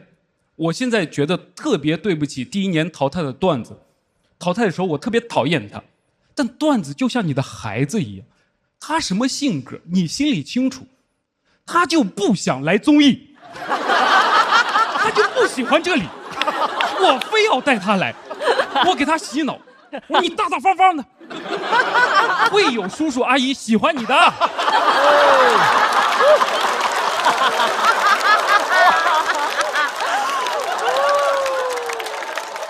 没有叔叔阿姨喜欢他。我说你在家不是挺想的吗？你个上不了台面的玩意儿。段子也很难过。My daddy is stupid。有观众说，李梦洁，你现在的脱口秀有性缩力。你以前啊碰到 beef， 你都会站出来的。我说我现在也站呀，只不过我的武器变成了擀面杖。我再看到 beef， 牛肉啊，包饺子，你再问我还是当时的李梦洁吗？包的。包的这个梗专门是为你们年轻人写的啊。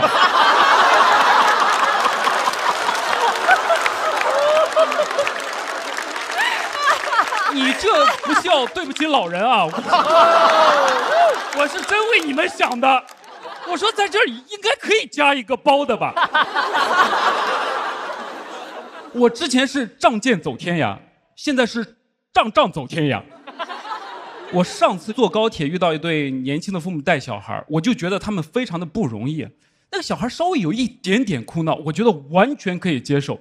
但那对新时代的父母素质太高了，他们太害怕影响到其他人，开启一些非常紧急的教育，他们咬小孩。你听我说，这个世界不是你想的那样的，不是所有人都喜欢小孩，只有爸爸妈妈喜欢你。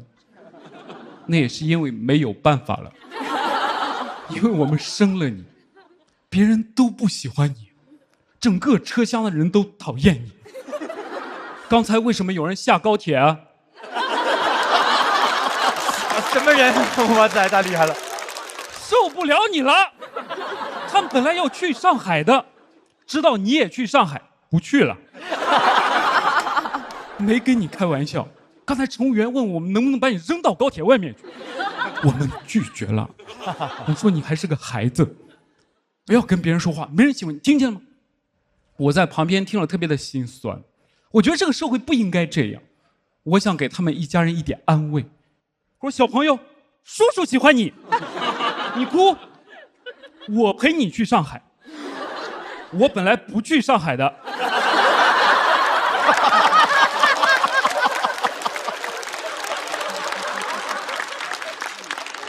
我是真的都理解，我理解年轻的朋友听到哭闹的小孩不开心，我当然理解，但我真的也理解了年轻的父母，不容易啊，因为现在不是当父母最好的时代，版本不对，父母被削弱了，大削，一点都不强势，父母当的不爽。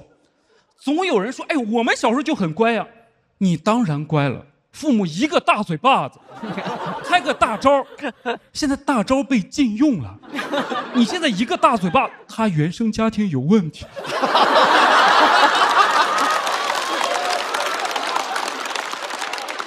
武器库被禁用了，甚至现在没有人选父母这个英雄了。我是真的觉得我们年轻的朋友可以对那些带孩子的朋友稍微再包容一点。我觉得只有我们对他们越包容，那些喜欢生小孩的朋友才会生更多的小孩，这样才会有人跟我们交养老金，这是好事儿。你想一下，那个你讨厌的小孩，他可能长大之后都不养他的父母，但只要他有份工作，他就会养我们。这就是这个世界上最美好的地方，人类社会最高级的地方。你的善意会让你未来的生活变得更好。我不是在洗脑啊，我是真的全能理解了。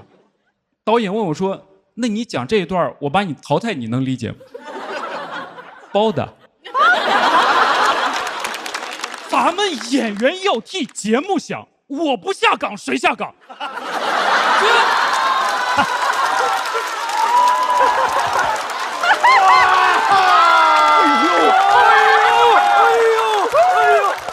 我的天！我说导演，以后啊，你就叫我李姐，我不叫李梦姐，我的梦没了。谢谢大家，我叫李姐啊。欢迎瑞瑞，瑞来喽！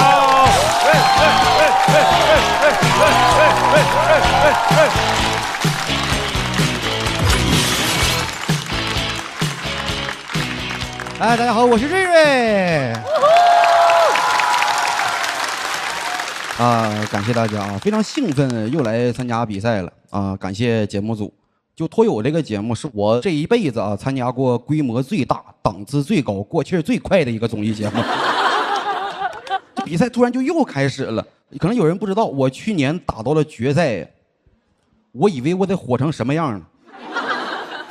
不骗大家啊，我回家之后第一件事我就开始研究什么样的代言是不能接的。一直研究到今天下午，我觉得我现在这个知识储备都能给明星培训了。他们说老师什么代言是不能接的？我说那种没找你的代言是不能接的。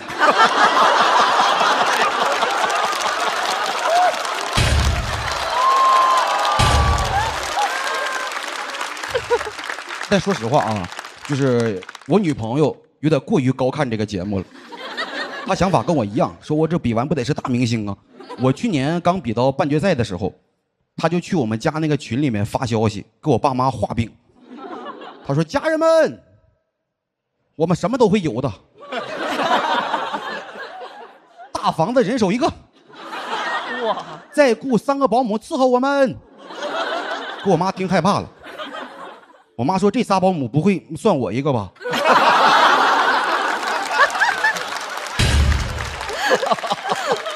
后来节目全播完了，仨保姆还得算我一个呢。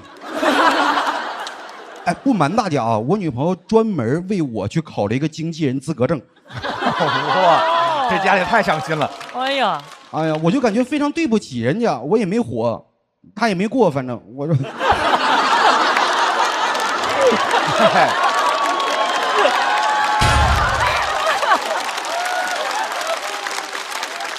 哎，但你要说一点流量都没有吗？不可能，毕竟咱这么大一个节目，对吧？去年其实有一个段子还挺有传播的，我去年讲了一个，我说咱们东北农村老家非常迷信，我说小时候发烧39度啊，他们给我立筷子，非得说是我死去的舅姥爷回来看我了，差点跟舅姥爷团聚那么一个故事。这个段子很有传播，老多人骂我了，他骂我那个角度你都猜不着，他们说我不尊重立筷子。他说你这么口无遮拦，以后你怎么死的你都不知道。我现在吃面条都开始用勺了。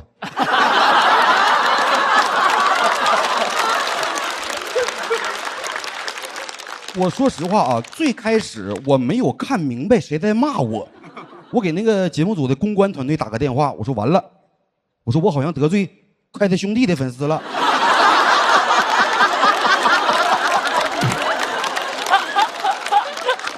其实以前呢，我也不敢讲这些，因为在农村生活嘛，我从小胆子特别小，然后家里也不知道什么原因，这孩子胆儿特别小。每次我一害怕呀什么的，我妈就会抱着哄我，然后给我讲鬼故事。越哄我越害怕，知道吗？最后我妈都烦了，说你再害怕，我让鬼把你抓走。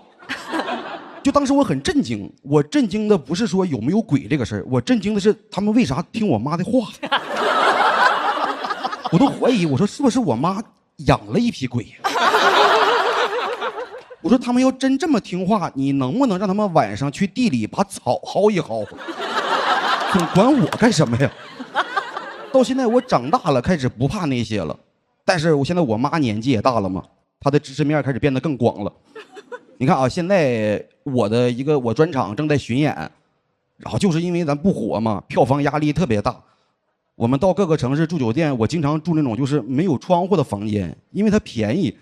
我有一次录个小视频，我就发我们家的群里了，我妈看完就回了俩字儿：快跑。她说你没发现这个房间没有窗户吗？我说也不是我偷的。她说房间没有窗户的话，里边阴气重，有脏东西，常年没有人气。我说妈，我希望你能明白，我不是说住有窗户的房间才有人气，我得是先有人气才能住上有窗户的。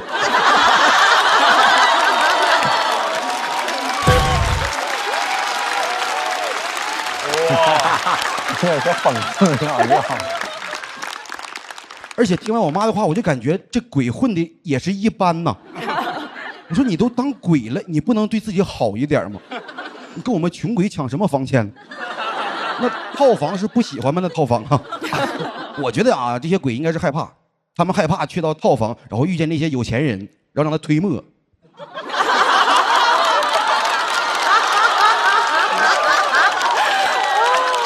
哇，他看的好离谱又好自然啊！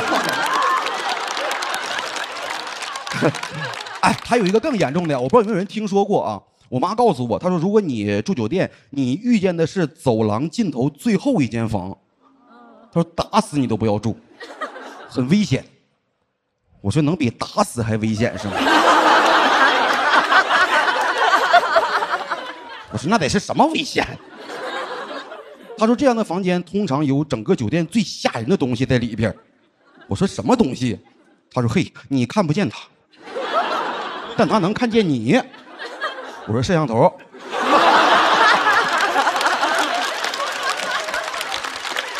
他说你再抬杠，我就让鬼把你抓走啊！就是我不知道这种谣言是怎么传出来的，你知道吗？你看有一次在所难免，我就经常就是住酒店嘛，就碰见了一次，就是走廊尽头最后一间房，没有办法，没有别的房间了，不用害怕，我妈教给我一些应对办法，我可以免费的分享给大家，都是书本上学不到的知识。就是你要站在门口啊，你先敲门，你明知道里边没有人呢，你先敲门，然后鞠躬跟里边说打扰了，然后你要打开房门，侧身站在门口1分钟，然后你嘴里说点什么多有打扰，请勿见怪什么的，做完这一套你就可以进屋了。当时我刚要进屋，用余光发现离我不远有一个瑟瑟发抖的保洁大姨。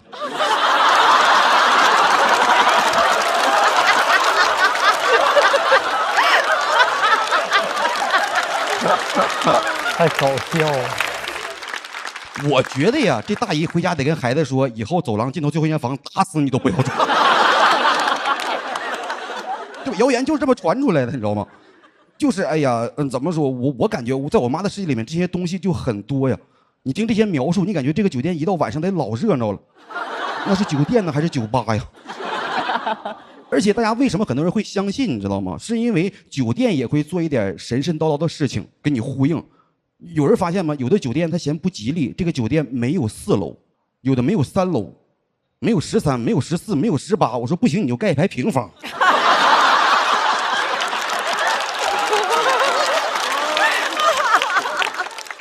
对吧？我住个酒店跟参加奥数班一样，知道吗？就是因为我去年在段子里面提了，我说我妈在北京做保洁，她其实做的就是酒店的保洁，所以每次我妈跟我说酒店有脏东西的时候，我说你倒是干呐。对对，你不怕被投诉吗？你其实从小到大听了很多这样的传闻吧，我现在感觉就是很多东西都一样，只要你不懂就去信，都叫迷信。所以重点不是信不信，而是迷不迷的问题。我最理解不了、最受不了的呀，就是那些毫无道理跟逻辑的说法。你看，去年冬天我跟一个朋友在一块儿，他就非得抽烟，他拿出来之后没拿住，这烟掉地下了，我就帮他捡起来，他很生气，一把就给我打掉了。他说烟掉地下千万不能捡，因为烟掉地上代表着下边有人跟你要烟抽。我说给你打电话了。我说你怎么能这么笃定的说出这么离谱的话来了呢？我说你要是车钥匙掉地，你捡不捡呢？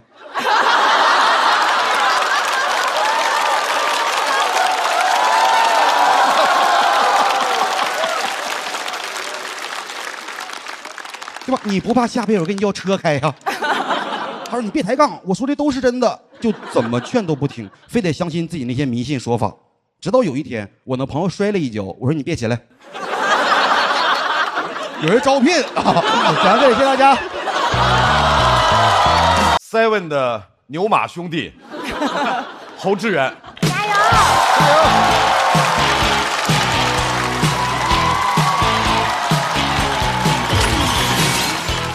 Hello， 大家好，我是侯志源，谢谢各位，谢谢大家，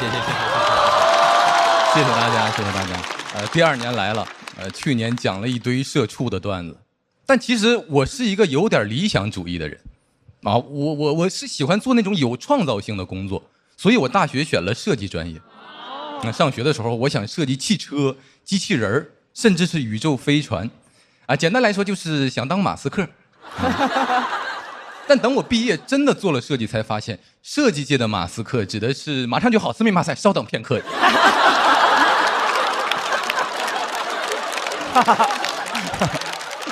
一个纯粹的服务行业，有时候我态度再好，客户还是会质疑和否定我的专业能力，看着我方案在那抱个胳膊，我说不上哪儿不对，但是不对。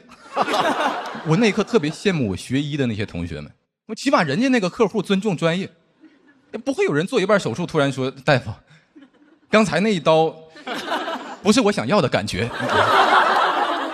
我也说不上哪儿不对啊，但是医生说这一刀呢？这一刀呢？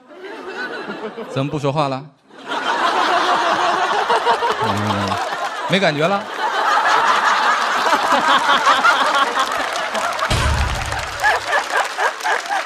有时候客户给你提的那个修改意见真气人。我当时做一款吹风机的设计，客户看了我的方案以后说你这玩意儿设计跟吹风机似的。我说 pardon， 客户说我是感觉它跟市面上的吹风机都一样，千篇一律，你能不能反其道而行之？我说怎么反？给我气的。第2版方案我给他交了个吸尘器。吹风机、吸尘器嘛啊。我说头发只要能吹干，咱就能吸干。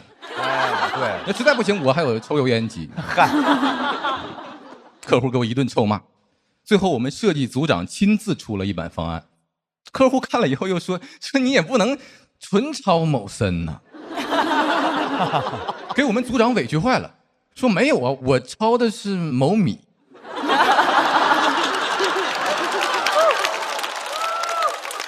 而且这个在我们设计圈不叫抄，这个叫致敬。客户很满意，找了一家更便宜的设计公司把我们给致敬了。有时候想做点原创设计真挺难的。都说审美是主观的，但工作以后我发现，主观上我有审美，那客观上我有领导。设计师的审美就是得主随客变，而且刻不容缓。我有时候脑袋里边有再多想法，也得服从领导的决定。我决定不了脑袋，屁股决定脑袋。所以有时候客户否定我的方案，他其实不是在打我的脸，他是在打领导的屁股。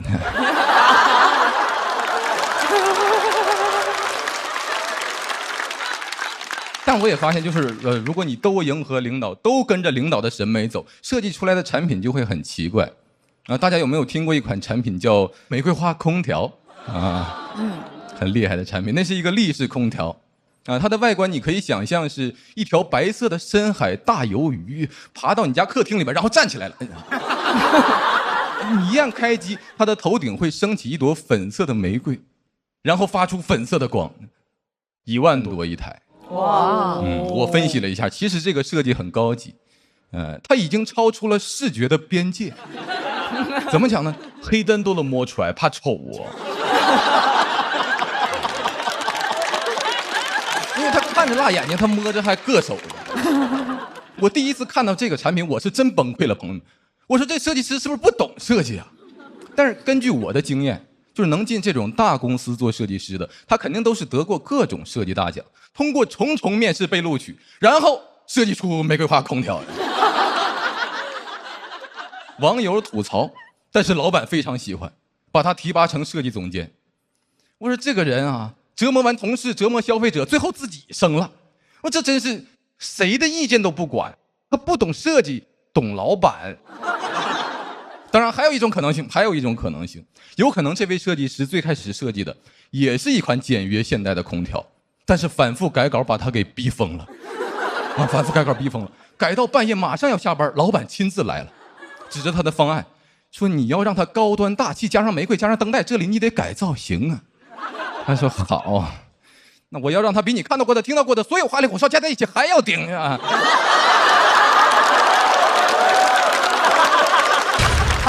这就可以，加完还像玫瑰花吗？像麒麟。麒麟就可以。我为啥对这个东西会有这么大情绪啊？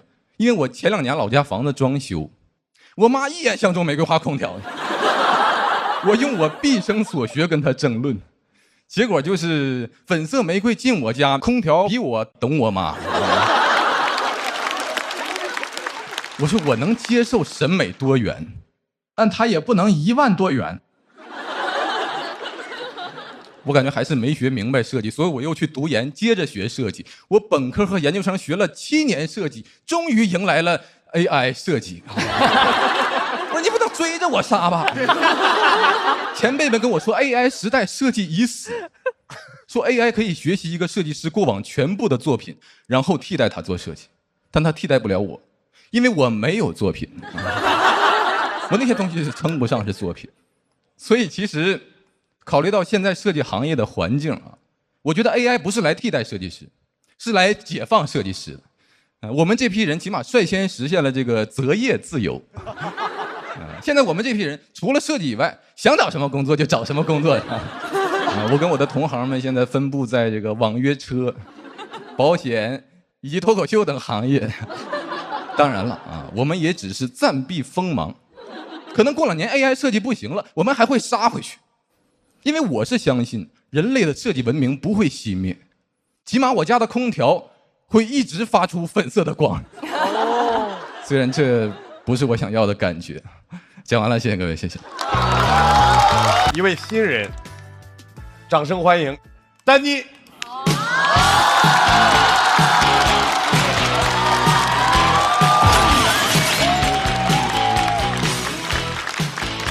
嘿，大家好，我是丹妮。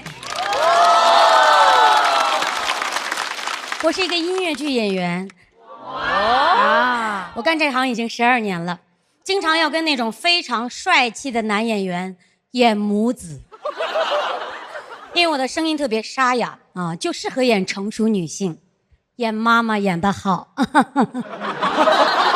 还真像，还真是这意思。气场很对。对，越演越好，越演得好越演妈妈。后来进步太快了，开始演奶奶。哎呦，演奶奶！你说我天天跟这么帅的大帅哥演戏，演着演着一抬头，哎呦，这大孙子啊！哎呦，真快乐，那天伦之乐。但打心里边呢，我不是很想总演老太太，因为老太太这种角色呢，往往都是配角，存在感非常低。有一次我演老太太，7点半上台演出，8点我就死了。后边50多分钟我没事干，真的，我出来演脱口秀回去没人发现。有一次我朋友来看我演出，迟到半个小时，没看见我。但我特别理解老太太为什么会是配角，很简单，因为观众都是年轻人啊，年轻人就不爱看老太太，老头才爱看老太太。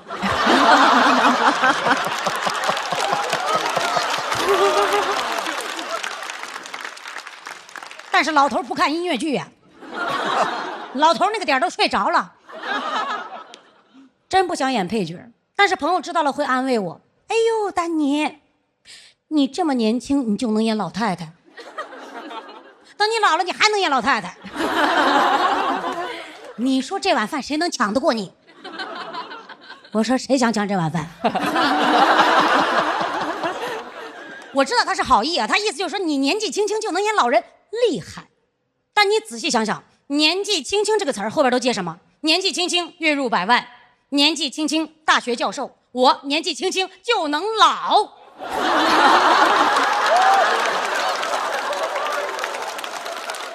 我只是提前掌握了一门我早晚都会的技能，这又有什么可骄傲的呢？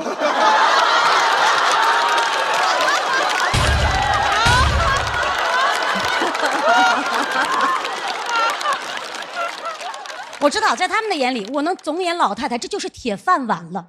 但是哪个演员他不想演一次主角呢？30岁那年，我演到了人生中的第一次女主角啊，一个73岁的老太太。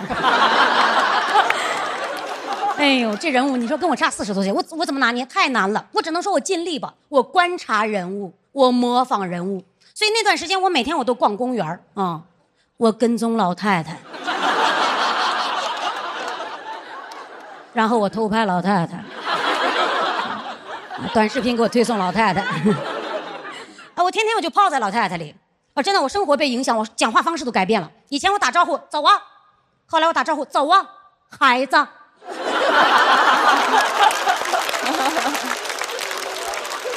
在公园那段时间，我真的想观察一些生动的老人，但是我发现公园的老人他不遛弯不下棋，就在这个椅子上坐着。刷手机，你都到这儿了，你刷什么手机呀？啊，这么大的公园你逛啊，那么多的树你撞啊。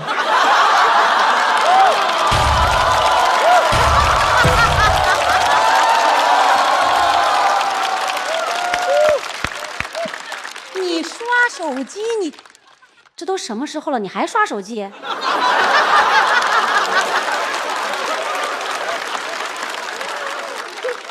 真的不想再泡在老太太里了，但是我发现音乐剧不会给我别的机会，它只允许我演老太太。有一次面试，音乐剧的招募信息这么说的：我们正在寻找这样一个女演员，身材娇小，风趣幽默，相貌普通。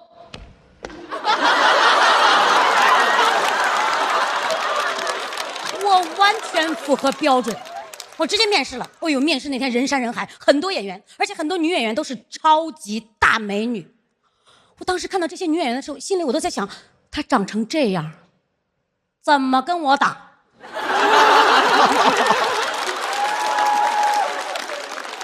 我太普通了，我完全符合标准，但剧组没有要我，他们最后选的就是大美女。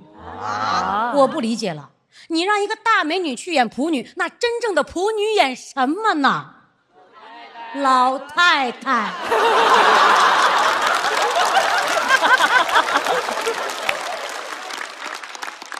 这个事儿对我的影响非常大，就从那天开始，我暗下决心，我要做超级大美女，我的梦想就是做超级大美女，我逢人就是我的梦想。朋友都跟我说，宝贝，你本来就是啊。我真的生气了。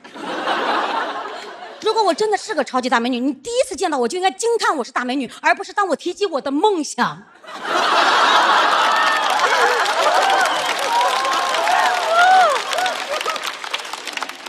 你才发现我是个大美女，而且真正的美女不会许这个愿望的。我的梦想是做一个超级大美女，你不会说宝贝你本来就是啊，你说你有病吧你。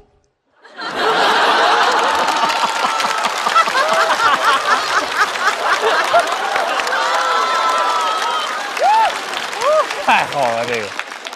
而且我特别不喜欢他们回答我这句话的时候那种神情非常傲慢，他们仿佛在跟我说怎么样，我情商高吧。我觉得他在拿我练情商。我以后就不跟那些情商高的人倾诉我的梦想，我就跟我那质朴的发小倾诉。哎呦，发小太质朴了，他这么说，干什么啊，超级大美女。这对了。你又不是丑的不能看。万万没想到是丑的不能看。真的，音乐剧不会给我机会了。我演不到自己想演的角色，我难受，我憋得慌，我欲望得不到释放。真的，有的时候我的戏瘾突然就会冒出来，我随时随地我就想演。我说你怎么来了？我都说了，咱俩不可能，你别追了。你再这样我就报警了，编组。他是疯了，这就是已经。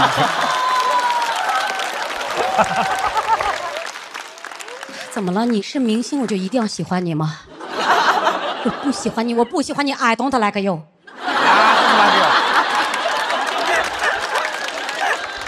好吧，我已经有喜欢的人了。对我喜欢他。大声告诉他，我们的关系是。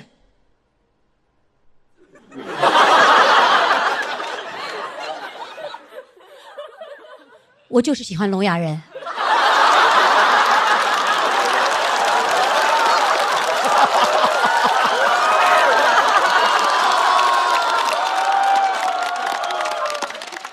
怎么了？他哪里比不上你吗？啊，他确实哪里都比不上你。但是只要跟他在一起，我就能过上普通人的生活。你干什么？你别过来，别过来啊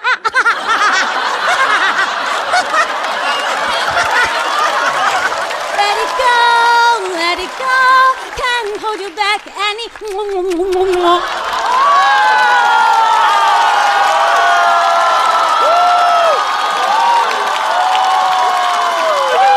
来了吧你！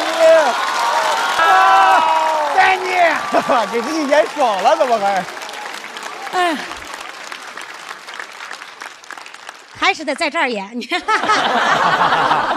我演完了，演爽了，走了，孩子们，谢谢大家，我是丹尼。掌声欢迎季业！加油！加油！加油！加油！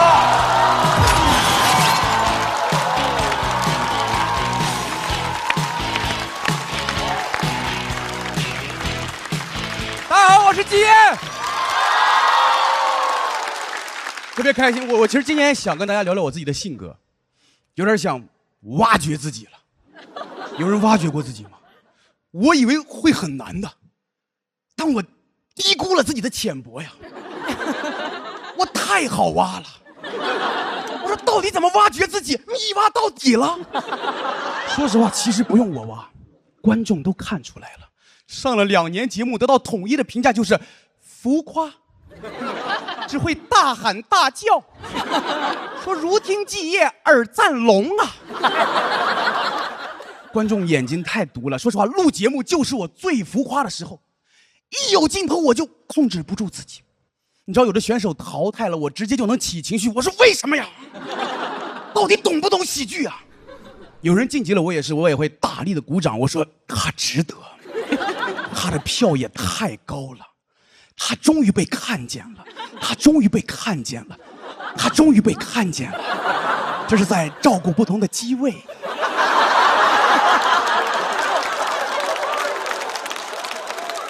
我不知道他能不能被看见，我肯定能被看见。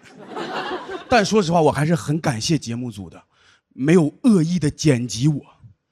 但凡把我的素材放到其他节目，随便恶剪的呀！哎，别人夺冠你就剪我的愤怒，为什么？到底懂不懂喜剧啊？有人淘汰了就剪我鼓掌，他值得。他的票也太高了，他终于被看见了。我不知道这算不算表演型人格，但我一查表演型人格是贬义词，我不算。我只是控制不住自己的情绪。我跟你们讲，大学军训结束，我们跟教官告别。为了显得自己很重感情，我哭得特别狠，特别狠。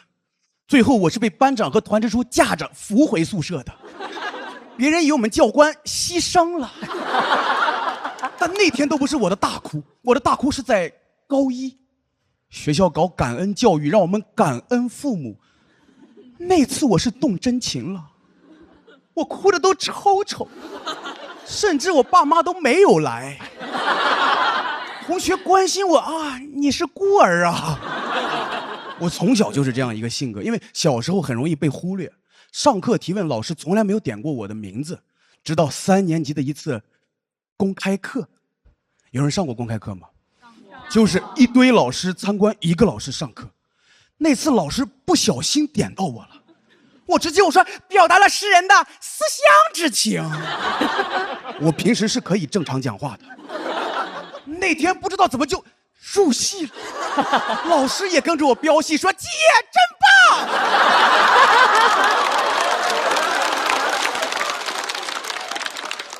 别人都看傻了，说这不是公开课吗？怎么变成公立开课了？但是你们知道被人夸的感觉好爽，好爽。后来每次公开课我都特别的积极，我说公开课就是我的公演。我说老师是班里的主心骨，我是老师的老戏骨。别的老师都奇怪说这孩子上课这么积极，怎么学习这么差呢？他们还问基业哪个班，我说无限超越班。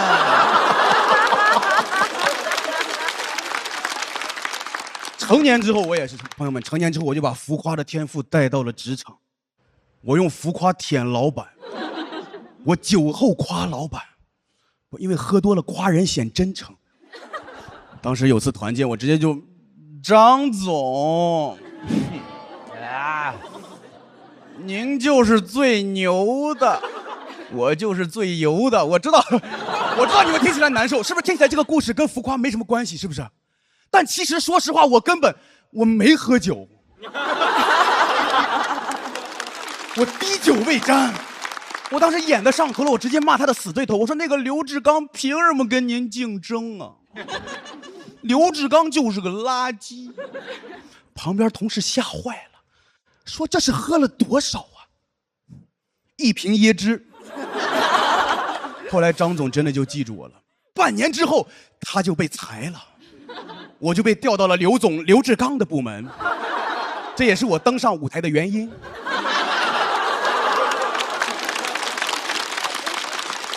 但朋友们，现在浮夸确实是我获得关注最有效的手段，也是我唯一的手段。所以我真的打心眼里，我羡慕那些长得好看的人，他们就静静地坐在那里，镜头就会对准他们，他们获得关注都不用发出任何声音的。所以你们能理解你们现场你们为什么能来录制？你知不知道问你们收照片了，对不对？难道是因为你们热爱脱口秀吗？是因为你们好看。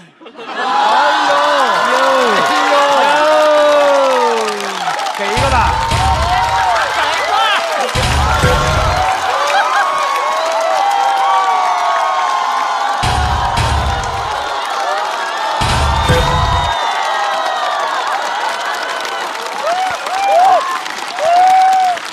好看，好看，好看，好看。为什么呀？为什么这个灯会拍在夸观众上面？没有为什么，浮夸，我完了。但我无所谓，我就这么一个浮夸的人，朋友们。所以我不理解，朋友们，我真的不理解，我不理解为什么那么多帅哥要来讲脱口秀。你们在幽默什么呀？老天爷不是给你脸了吗？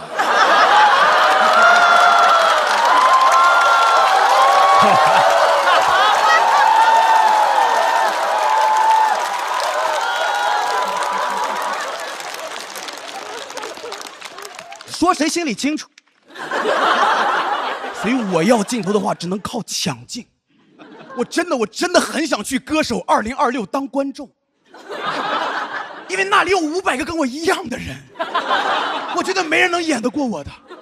即便台上唱的是2只老虎，我也能热泪盈眶啊。2只老虎跑得快。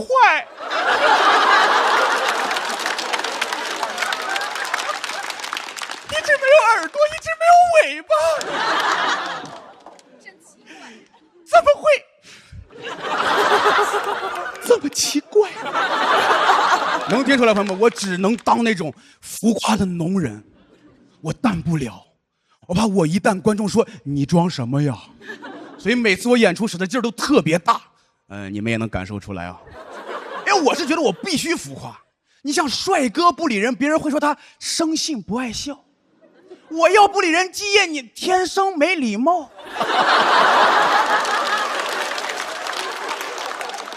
因为我觉得我演不好，观众你可以骂我，但是不能不提我。确实现在有人提起来骂我，说聒噪，他更喜欢那种4两拨千斤的表演风格，那是因为他们拨得动。我这4两拨千斤，千斤就散尽了。我4两只能拨轻拨，我拨不了，我只能拔，干拔。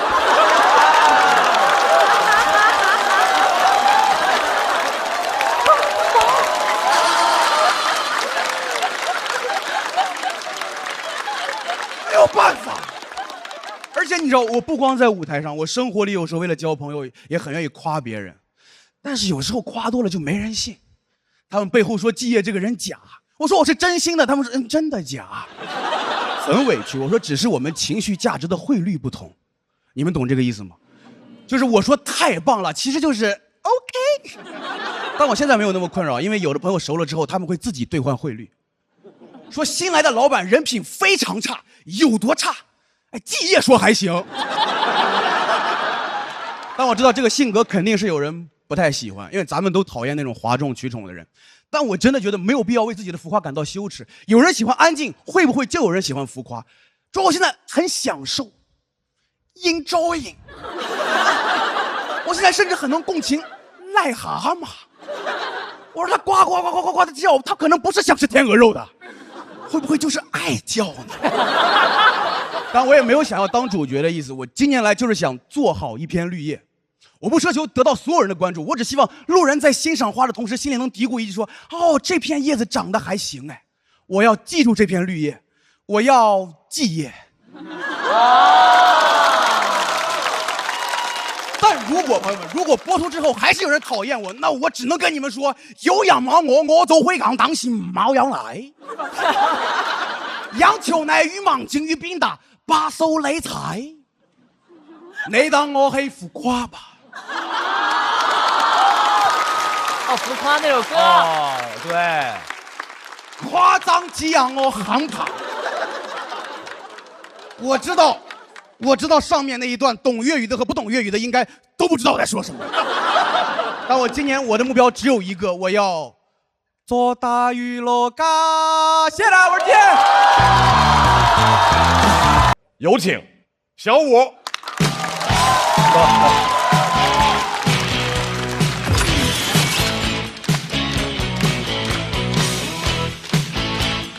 Hello， 大家好。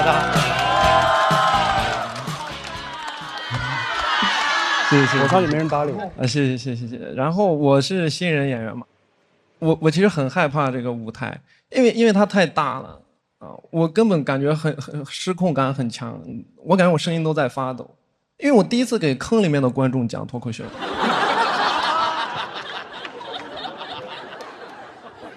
我是一个陕西人。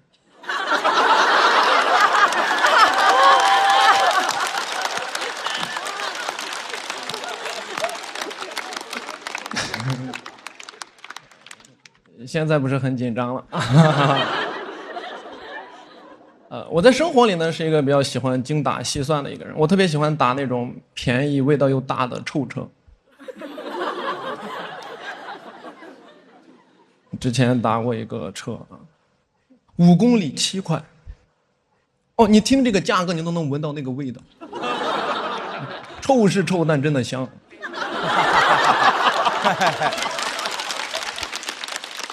我是推荐大家打臭车的，因为我感觉这个臭车司机啊，比这个专车司机都要松弛，对吧？你打专车司机只会帮你拿个行李，我打臭车司机直接问我抽烟不抽，我说我不抽，他说那我就抽了，我说你抽呗，你这个车你赶紧抽点吧。你在这个车里抽的什么烟呢？都是香烟。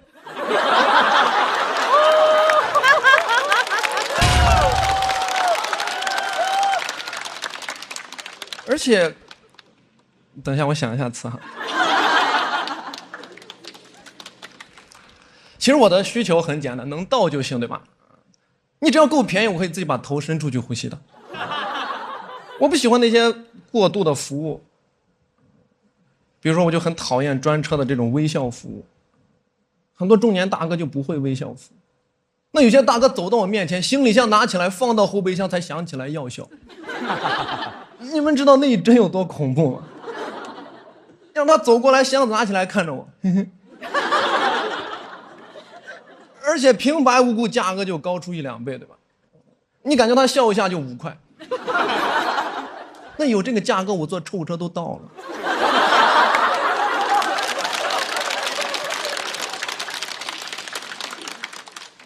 而且我这专车也没有什么了不起的，它的构造其实很简单，它就等于臭车加一个口罩，加2瓶水，加一个嘿嘿。而且它这个水的价格，你也不知道它是景区的价格还是零售店的价格，对吧？我跟你说，水里面水很深的，你这些钱都是要节约下来。但我声明一下，我这个不是抠啊。很多观众老对我有误解，我朋友之前就对我有那种刻板印象，他说你是不是那种住酒店喜欢顺家蹭拖鞋那种人？不是啊，我订的酒店就没有蹭拖鞋。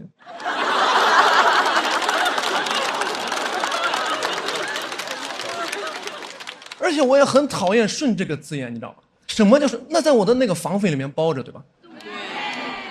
我顶多是拿回属于我自己的拖鞋。所以按道理来说，我没有用这个拖鞋，你是要给我退钱的。我没有问你要钱，那是我平常奢侈惯了。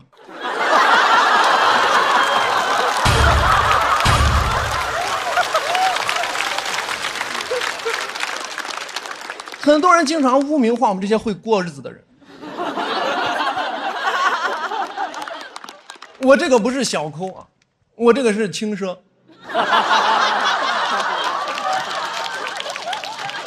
而且我觉得划算这个东西啊，它是很多面，它不一定在消费端，对吧？生活里面的各个方面。我之前找到一个很划算的工作，在甜品店里面做甜品师啊。我当时的想法其实很简单，一边挣钱生存，一边蹭吃甜品。然后他跟我说那个工资14块钱1小时，我说那完了，只能一边蹭吃甜品一边蹭吃水果。我那段时间每天骑车4、5公里，满头大汗去店里面，再骑车4、5公里回来，每天都是一个苦尽甘来苦尽的状态。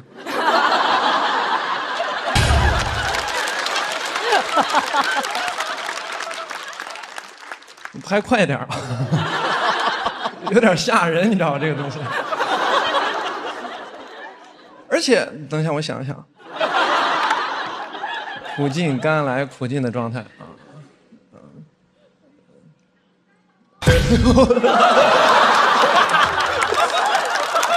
再给你拍一个，对。而且那段时间日子过得特别难，有苦说不出，因为嘴里是甜的。但是其实人家规定是不让吃的。我这个人有原则。我就在那2个监控死角下面吃，一直吃到大学入学体检才查出来高血糖。有次店长让我们尝这个新品，他到我了，我就不想吃，因为我刚才吃饱了，我又不好意思说，我说店长，我吃不了这个里面的芒果，我这个人芒果过敏。他说你过敏啥过敏啊？我在监控里都看到了，你连芒果糊你都说。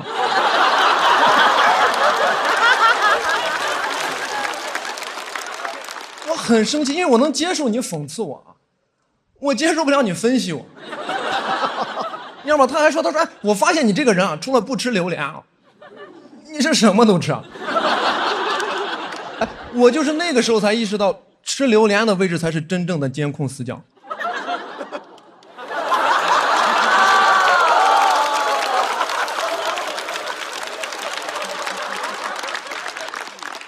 我觉得我经常喜欢从从卖家的角度来判断一个事情是否是真的划算的，对吧？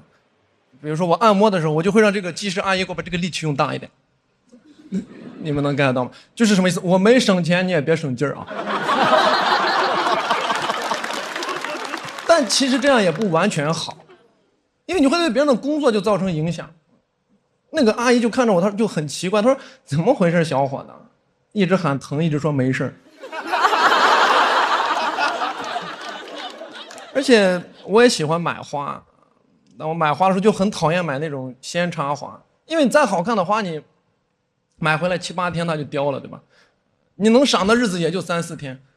我买回来之后我会非常焦虑，我得抓紧时间赏，我一睡醒就赏。你们有把花当过闹钟的吗？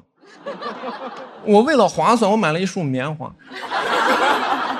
我是大学的时候买的，上大学时候买回来赏了1个学期，毕业的时候都落灰了。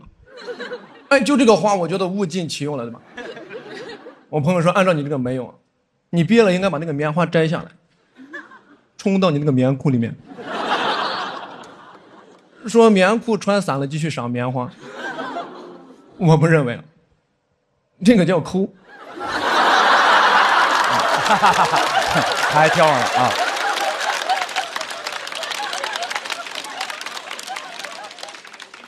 然后这个段到这里其实结束了，它有一个底啊，但是我写那个底写了很久，我一直不喜欢，最后我就决定干脆我不要底了。我知道它很重要，但我不要了，因为我平常奢侈惯了。好，谢谢大家，谢谢，拜拜拜拜。脑，掌声欢迎世越。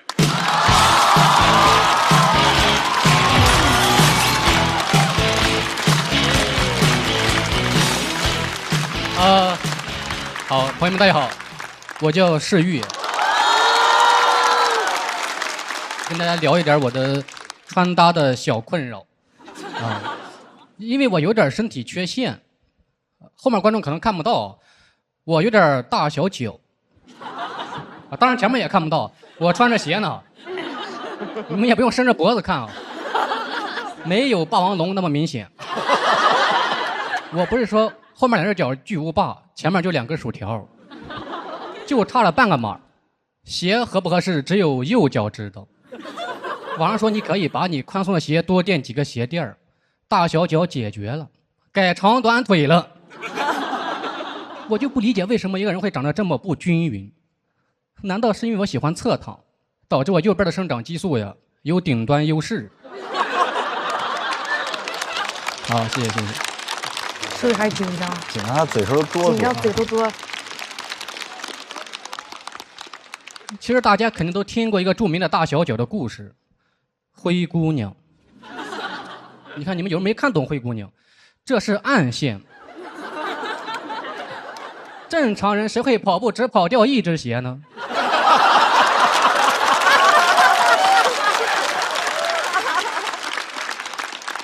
我会。我懂灰姑娘，那是一次高中的激情跑操，一共要跑1000米，我的左脚只有前20米穿着鞋，因为同学们激情跑操最大的激情是找我的鞋，我每次看到我的鞋，我说原来在这儿呢，其他同学看到说原来在这儿呢，哎，走你。所以那天跑操我跟我的鞋它属于是各跑各的。特别效应到小学数学里边的追击问题。注意听题啊，说世玉跟他的鞋同时出发，1分钟以后第1次相遇，5分钟以后第2次相遇。问他的同学为什么这么欠？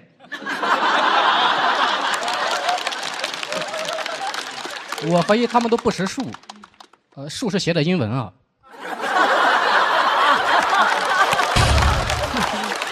不识数。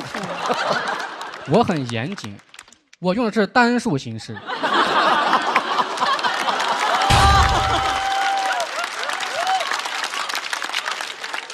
因为我只掉了1只鞋，是吧？我当时真的很希望有个童话里边的公主，她拿着鞋过来找到我，说：“亲爱的王子，这是你掉的红心某课吗？”我穿衣服也有点小缺陷，买过那种矮个子显高穿搭，显得更矮了。因为我的肩膀在很窄的基础上，它还溜肩。他们怂我说你溜肩你就谈不了浪漫的爱情，因为女生往你的肩膀上一靠呀，就会滑下去。他就会意识到有些男的是真的靠不住。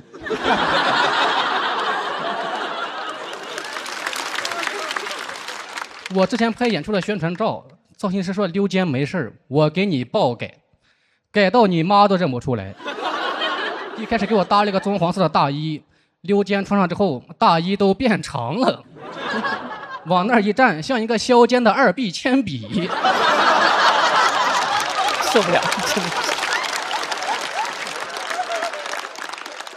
他们还说：“哎呦，这是像偷穿你爸的衣服。”我说：“笑死，我爸还没我高。我爸穿上之后才像是偷穿他爸的衣服，他爸也没他高。我们家属于俄罗斯套爸。”然后后面给我搭了一个带垫肩的西装，穿上之后惊喜的发现垫肩它没有垫在我的肩上，磁悬浮垫肩。因为我的肩膀在又窄又溜的基础上，它还内扣。这个就会导致我的手放起来老是在前面，就会显得我这个人特别有礼貌。然后再配上那个西装，他们说我是天选前台。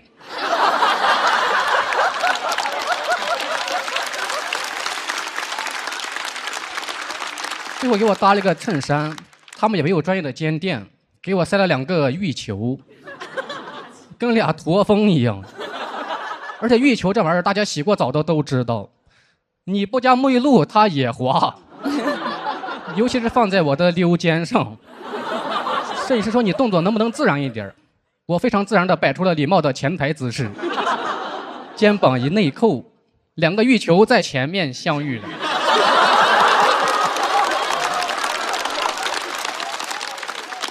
那一刻，我终于知道什么叫爆改了。我说我妈肯定是认不出来了呀。其实我就是骨架比较小，去健身就可以做到穿衣显瘦，脱衣快穿上吧，快穿上吧。谁家小孩啊？他们建议我做一个小码男装，我说哥们儿，那就是童装。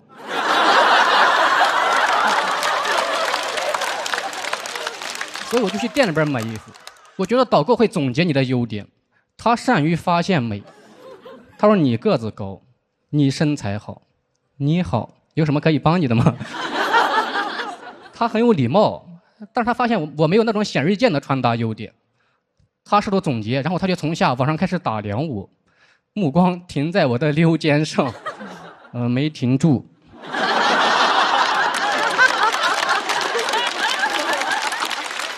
让他大跌眼镜，但是他很有职业素养。他说：“小伙子，咱们家的衣服非常适合你，咱们家的衣服他不挑人。”我心想你骂人还挺脏的。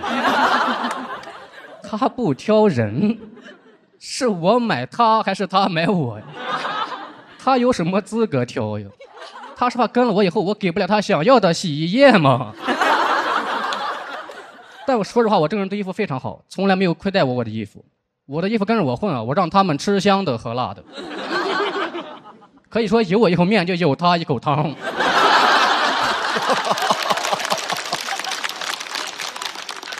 后面的导购给我说：“小伙子，搭条裤子吧，咱们家的裤子非常适合你。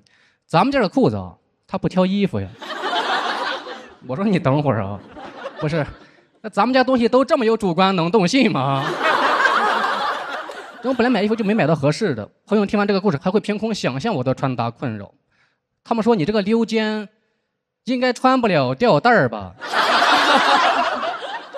我说你先别管我能不能穿得了，我为什么要穿吊带儿啊？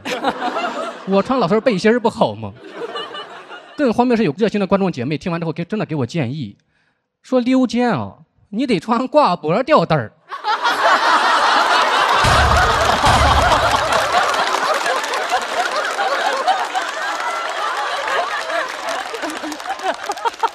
然后这个溜肩段子本来写完之后拿给导演组看他们说你讲溜肩这个是根本没有人关注的一个破事儿。他说现在脱口秀的舞台，别人都在讲什么抑郁、穷苦、残疾啊，你上来说我溜肩，说你活了20多年就这么点困扰吗？我听完最大的困扰是，难道只有惨才值得讲吗？那我就来了。我是来自大山的留守儿童，我从小营养不良，还要帮家里边干农活，所以我身材矮小还溜肩。我从小小到大，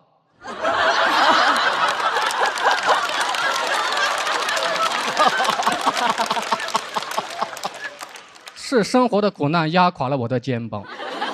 我溜的是大山的轮廓。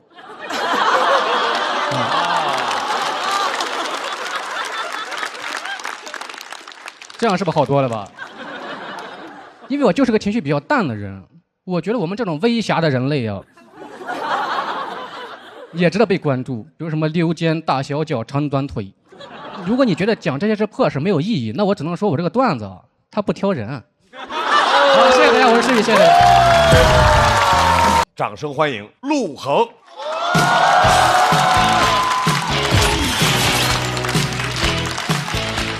Hello， 大家好，我叫陆恒。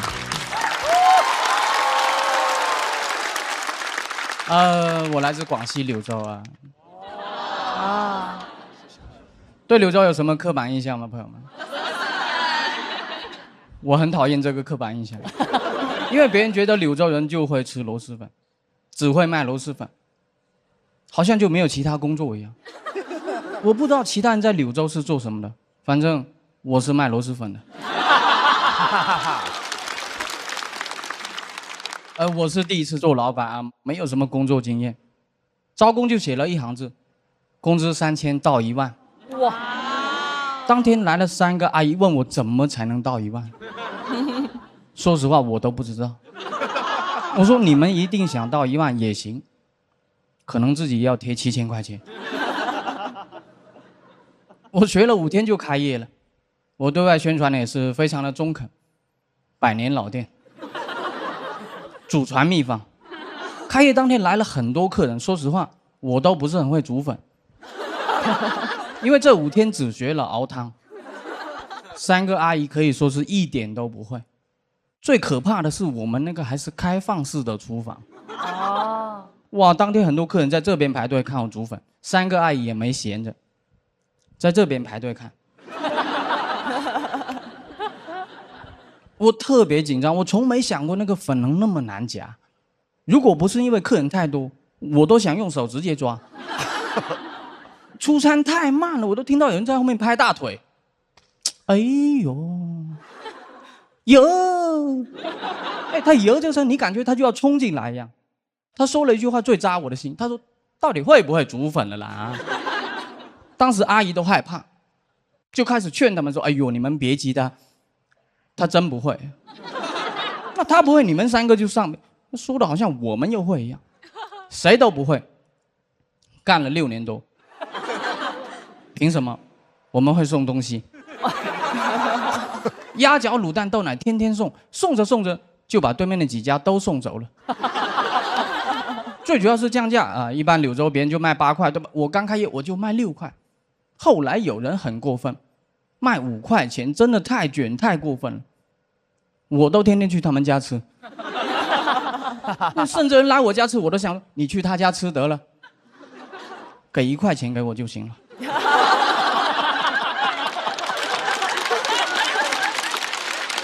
这样子就能挣1块钱了。我们的店名叫什么？叫勿忘初心原汤螺蛳粉。哇，我觉得真的太符合我们的气质了，我们真的非常的初心。这个不好笑吗？这句话我想了2个礼拜，这句话。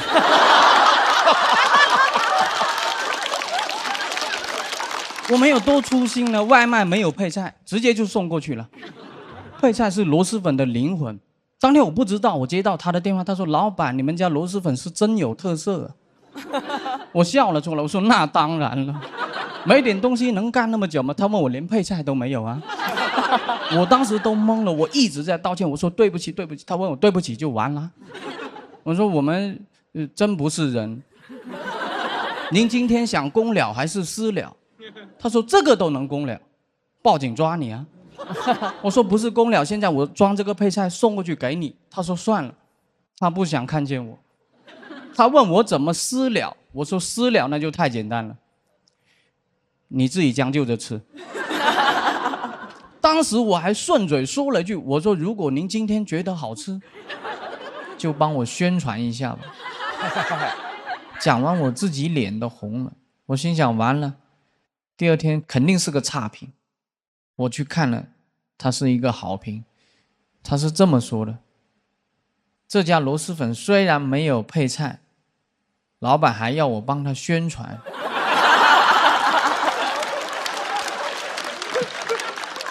我们在大众点评有个评论是非常的厉害，我经常夜深人静的时候一个人看。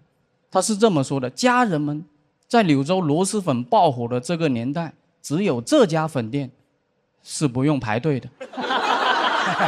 我们太害怕评论，也非常害怕备注，因为备注字很小，他也很过分。他说：老板，我们从来不是麻烦人的人，但今天想麻烦你一下。那什么意思嘛？我就不是人呢？能给一个大一点的猪脚吗？好人一生平安。什么叫好人一生平安？猪脚小了就不是好人了。就因为最后这句话，现在我过马路我都特别的小心。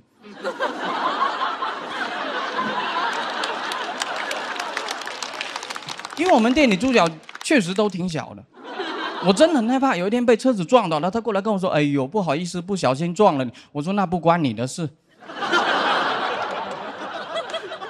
是我自己猪脚给小了。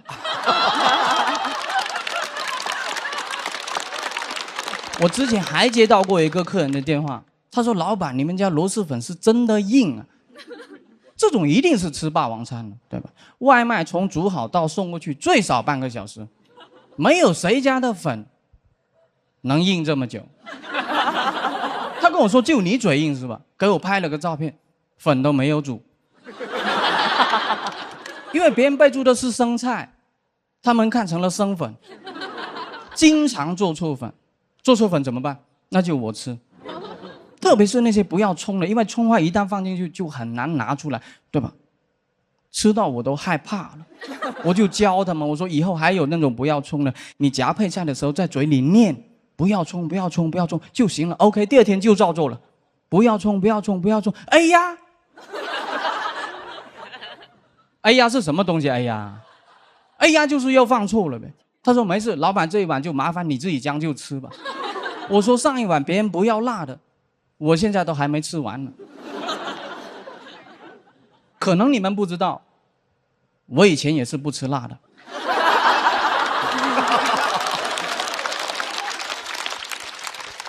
我现在不忌口，我一天最多听到过6个哎呀。就是现在我听到那种哎呀，我都有那种饱腹感，你们知道吗？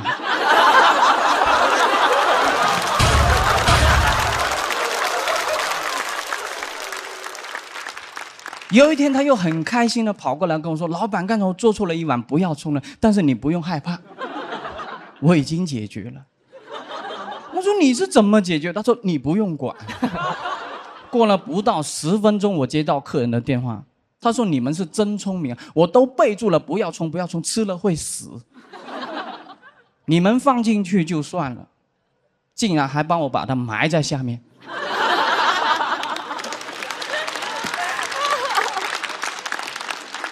我被他骂了很久很久，然后他问我为什么总能不小心把葱花放进去，就不能不小心把猪脚给放进去？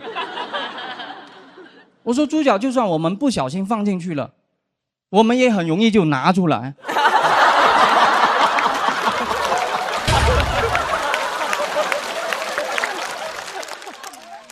今天在座的所有朋友也知道我是卖螺蛳粉的，对吧？这个演出不会让你们白看，好不好？如果你们有机会去柳州的话，拿着任何的一张脱口秀门票都可以到我的店里啊，这个门票非常的关键。我跟阿姨说过了，能换一份豆腐泡，但我求大家一件事，不要只换一份豆腐泡。吃一碗粉行不行？因为有一天阿姨给我打个电话，她说老板今天有人来换了2份豆腐泡，他就走了。现在在柳州卖螺蛳粉竞争也非常的激烈啊，所以我经常要出来演出，挣钱养家，然后顺便养这3个阿姨。如果以后你们有机会去柳州的话，我真的推荐你们去吃一家螺蛳粉，特别的好吃，就是有一家叫勿忘初心原汤螺蛳粉的，赶紧去好吧，去晚了可能就倒闭了，好吧。好，谢谢大家，谢谢。欢迎小杜。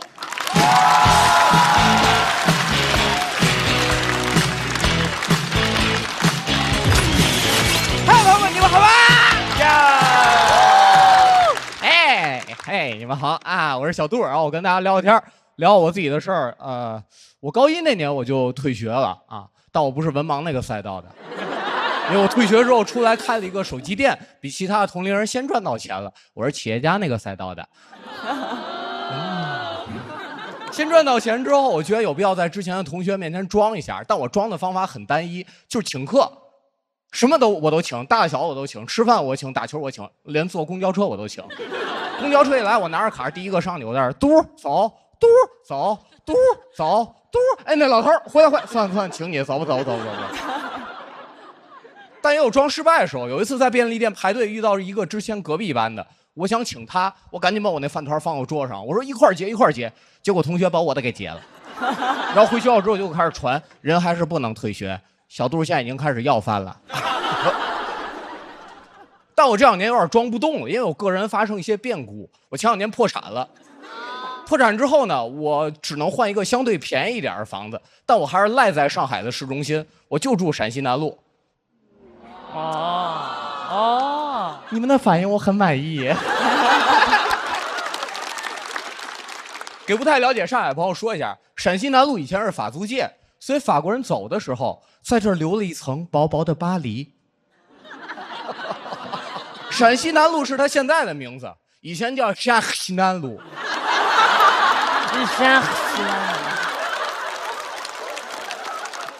漫步在这条街上，你就会产生一个疑问：看着马路两边人，你会纳闷，这帮人都不用上班吗？所有人都没什么正事儿干，下午弄杯咖啡在那晒太阳，那哇，用英语训狗 ，No lucky no。地段好，住的只能差。我现在住那种木质结构的老房子，楼梯特别窄，我44码鞋，楼梯是23码的，楼道挑高1.75米，所以这个挑高它其实是个挑低。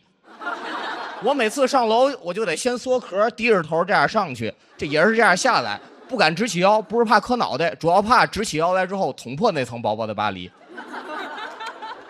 住的差，但是街景真挺雅的。我们家对面那个阳台，常年有一个老头会在傍晚时分在阳台上吹萨克斯。哇！我有时候就会站在窗边听一会儿，我在这儿。Bravo！ 一回头发现墙皮震下来一块儿。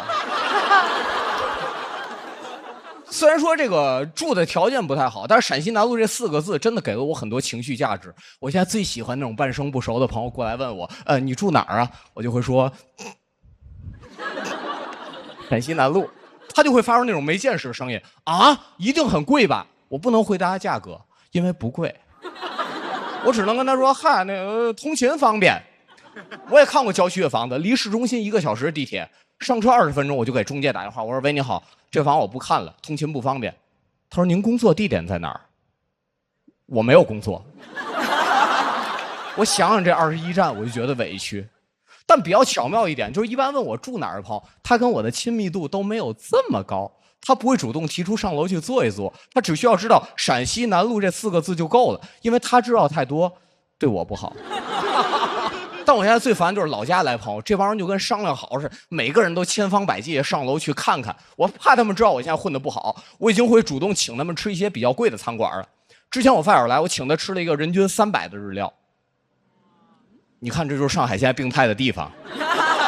你们听到300多都觉得没什么。我看有人表情好像刚从300多的餐厅出来一样。剔牙，哎呀，这和牛塞牙了，这个。行，你们也都挺能装的啊。别让我看你们从几毛家出来。行，就我觉得300多贵。这观众急什么呀？没人招他。坐下之后，他问我，他说：“你经常来这儿吃吗？”我说：“实在不知道吃什么的时候，就会来这儿，算是个楼下食堂吧。”哎呦，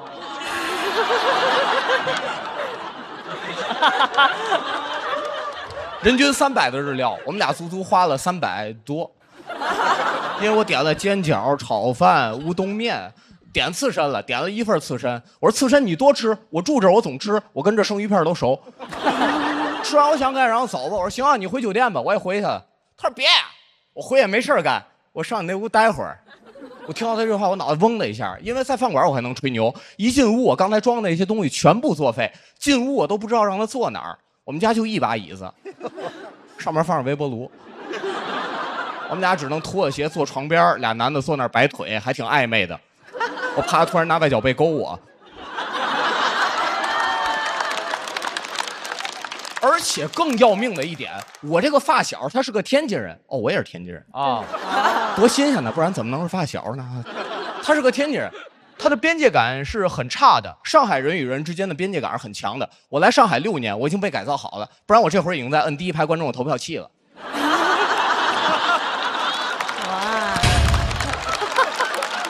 我这个发小在天津人里边界感都算是最差的，知道吗？他之前去过我别的住处，我到现在都记得那副嘴脸。他一进屋会叭这样把外套甩到地上，我赶紧给他捡起来挂好。他脱鞋时踢踏舞的动作我也给他收好。他第一句话肯定是我要充电，我说充电也行，但我要先把微波炉给他拔下来，因为电压不稳会跳闸。冬天待一会儿他跟我冷，开着空调吧。我说冷你就穿上外套滚蛋。不行，不能这样，他是客人，得给他开。但是空调遥控器的电池还在体重秤里。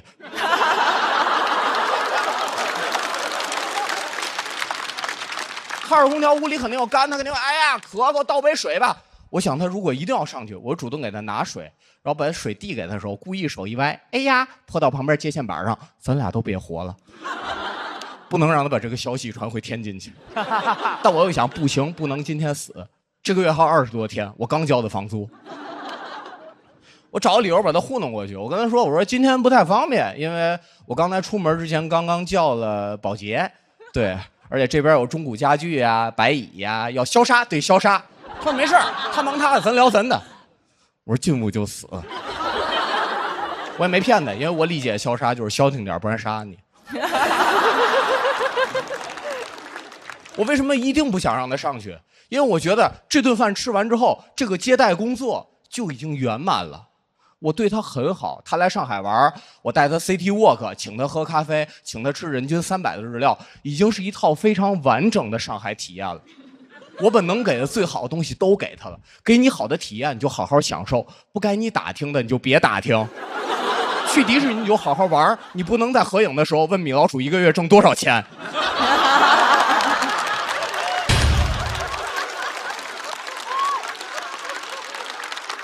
他会哭的。好，讲到这儿，朋友们，谢谢你们，下次见吧，拜拜。掌声欢迎翟晓明。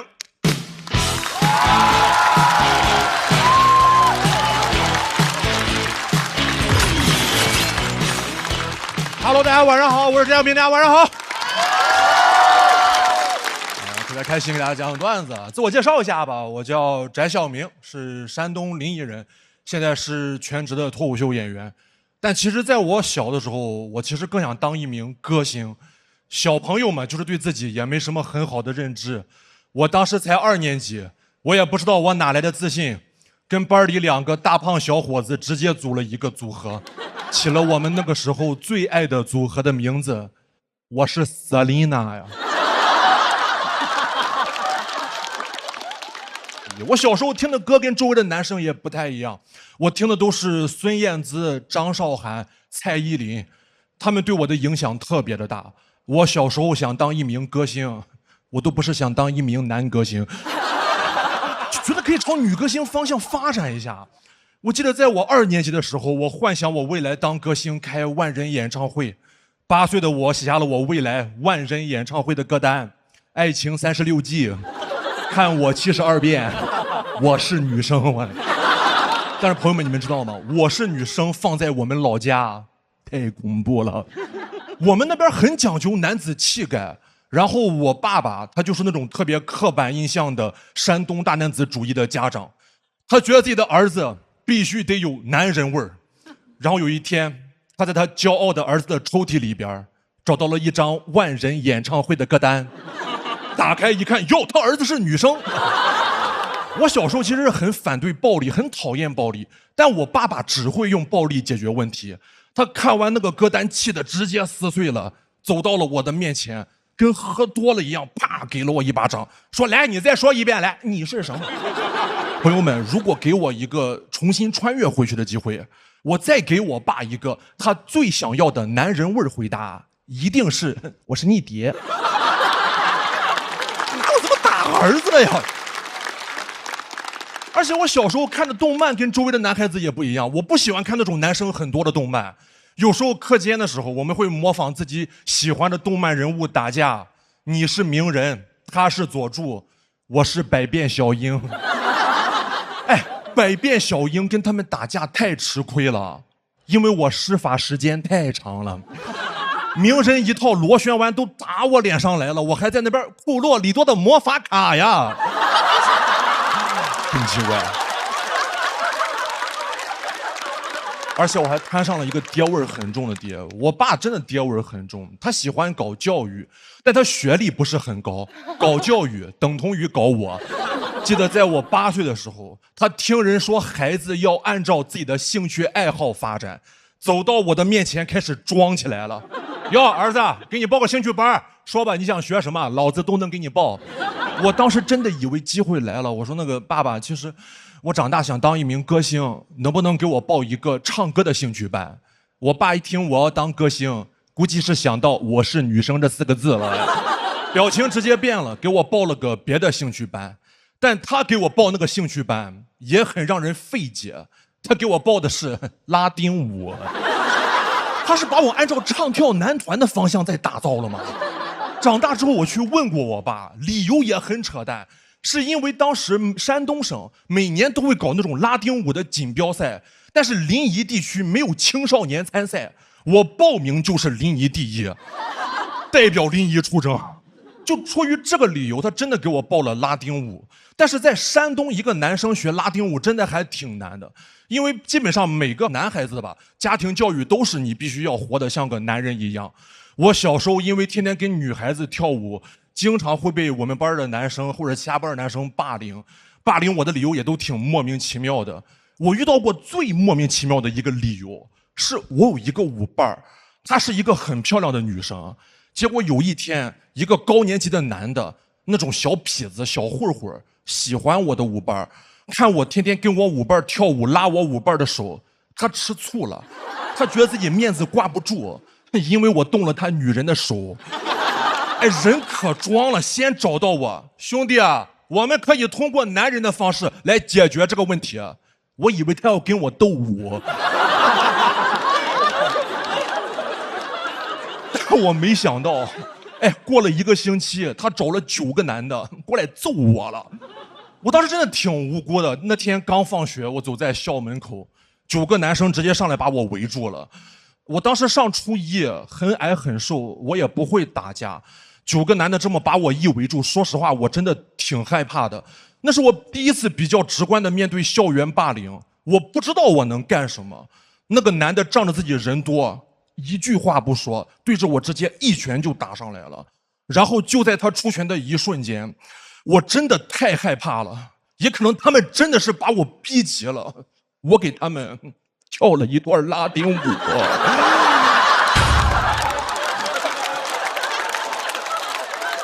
他出拳的一瞬间，我吓得手这么展开了。我真的太害怕了，我不知道我能干什么了，我会的都用上了。但我没想到的是，我手这么一打开，他们也害怕了，他们也不知道我在干什么了。就那个男的，他刚要揍我，看我手猛地这么一起，他可能以为我会武术，就我把他吓得他赶紧朝后面退了2步，但他不退步他还好，我当时真的太害怕了。他一退步，给了我一个错觉，就是我以为只要我跳拉丁舞，他们就会害怕的。所以接下来出现了一个相当诡异的场景，就是那个男的虽然吓得退后了2步，我却逼近了他3步。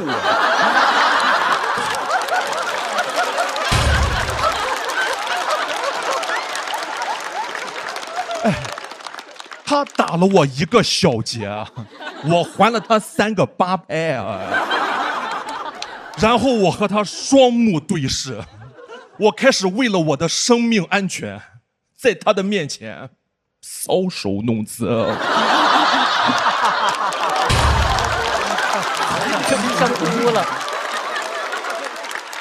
我这辈子从来没有那么媚男过。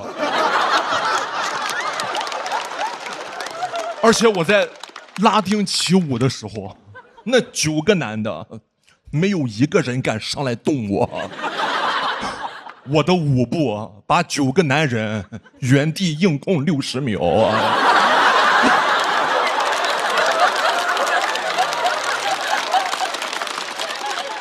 就看到他们愣在原地不敢上来打我，那一刻我其实意识到了一件相当恐怖的事情，就是这个拉丁舞它还不能停啊。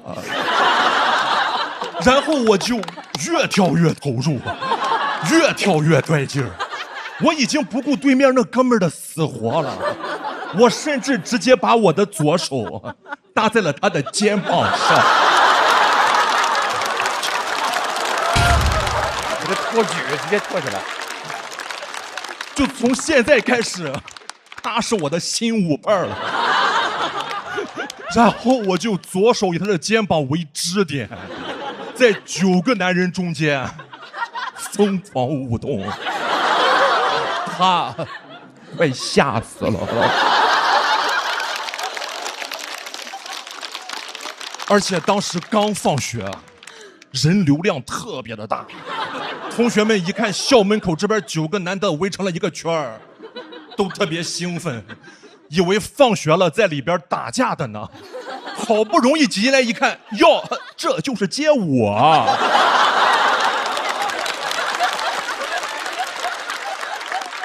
我跟那9个男的的心态也不一样，我怕挨揍，所以人越多，我跳得越兴奋啊！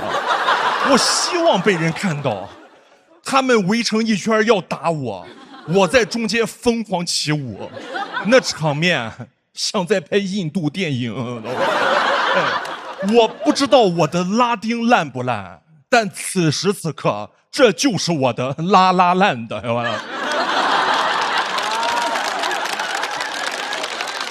但让我崩溃的是，在人群当中，我看到有我认识的朋友，他们在用很诧异的眼神看我跳舞。那一刻我真的很紧张，因为我不想让他们觉得我是个舞娘在给他们献舞，我想让他们认为这是一场势均力敌的互殴。我不是在跳拉丁舞，我是在用一些很像拉丁舞的动作在打他们。为了让我的朋友们能有这样的想法，我想了一个超邪门的招数。我开始把一些打人的动作跟我的拉丁舞步结合在了一起，就比如我在扭胯转身的一瞬间，我会很夸张的把我的胳膊抡得很圆，然后借着我扭胯的力量对着那个男人的脸这么啪这么抡上去，然后我就边扭胯边抡他脸。朋友们，你们如果说拉丁舞教会了我什么，可能就是2个字儿：抡吧。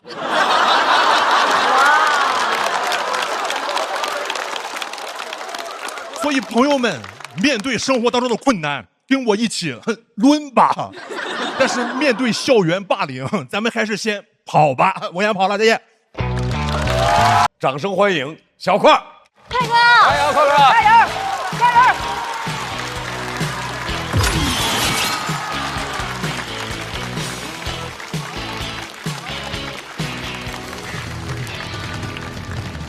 大家好，我是小快。哎呀，你们知道这个节目的宣传效果有多好吗？去年我们俱乐部还是亏钱厂牌，现在已经是驰名亏钱厂牌了啊！前一阵儿竟然还收到一条私信，说我是来救你的。我说谁给我发起水滴筹了吗？这是？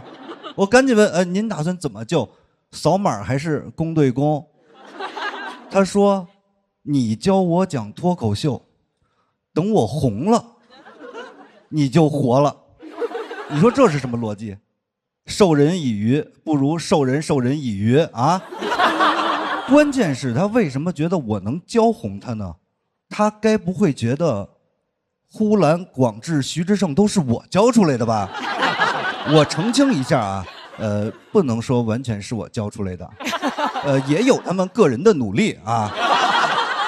所以我就问他。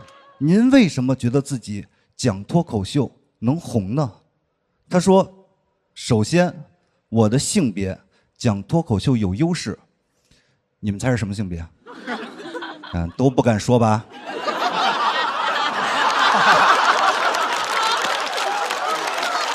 我当时也不敢说，因为正是这个问题让我意识到，脱口秀真的是一个充满了红利的行业。因为两个性别都觉得对方吃到了红利，所以我当时非常谨慎地问：您是那种本位的优势，还是那种觉醒的优势啊？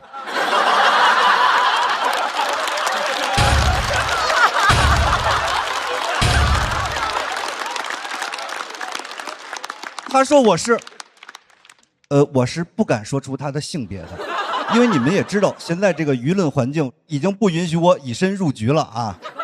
然后我又问了他第二个问题，除了性别，您还有没有别的优势？他研究过脱口秀，一张嘴就知道。他说我还有8种病。我当时就没敢接着问，因为以我现在的经济能力，问到最后，我只能给他一份祝福。主要是我真的不想把疾病当作捷径，我怕路径依赖。那以后写不出来稿。就去医院挂号，跟这个医生说：“您今天就给我敞开了查啊，没有病啊。那这样，您看我这2条腿，能不能给我治瘸了？stand up comedy 这么多年了，也该来点 sit down comedy 了啊。延长职业生涯的方式就变成了缩短生涯啊。而且他8种病啊，就太多了，多到什么程度？你没法跟他开玩笑。”虽然他刚说有8种病的时候，我就想好了，他要是再得1种病，不就9病成1了吗？但我也不敢说，一着急说了一句知道别人有病时绝对不该说的话，那真是太好了啊！您讲开放麦试试。然后他提了一个我从来没有想过的问题，他说讲开放麦给多少钱？我不知道是他表达有误还是我理解错了啊。赶紧给他解释，讲开放麦写稿就行，不用给我钱。他说那我自己写稿，你给我多少钱？他问完这句话，我才知道他能成为优秀的脱口秀演员，因为能想到这种问题，他大概率是穷疯了吧啊。但还有一种可能是他真的不太了解这个行业，所以我就跟他说，开放麦是演员试段子的地方，所有演员都是没有演出费的。他只回复了我5个字，彻底的击溃了我。呵呵，资本家。我当时就不敢回了，但我觉得他还真的挺厉害的，一句话让资本闭嘴了啊！过了一阵，他还真的来讲开放麦了。坦白讲，我那天真的非常期待，但他的脱口秀怎么形容呢？你说他好吧，他讲的有一种那个等网约车的感觉，这5分钟怎么这么漫长啊？但你说他不好吧？他第一个段子就是我有8种病，再得1种就9病成1了。怎么说呢？下线是一个厂牌主理人啊。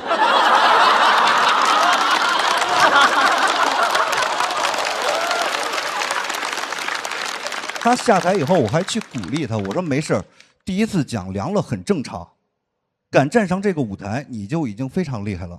但他比我想象的还要厉害。他说：“你这儿的观众是不会笑吗？啊？”我告诉你，我人生中其实很少有这种时刻，就是对方说的每一句话我都接不上。幸好下一个演员上台的时候，观众突然会笑了。这时我看见他在后台小声嘟囔了一句弹幕里经常出现的话：“哎，只有我一个人觉得不好笑吗？”之后的1个礼拜，他达成了一项前无古人的成就，1个字没改，1个笑点没有的同时，一点不内耗。他属于那种外耗型人格，每次冷场都能向外归因，开场难讲，结尾观众累了，中间不是上一个演员演得太炸接不住，就是太凉了带不动。甚至有一天给我发微信说让我换个剧场，说风水不好，影响搞笑。我那天是真的忍不住了，跟他说：“您也可以改改稿。”他说：“我的稿有什么可改的？”我说：“就是2个小问题，一个文本，一个表演。”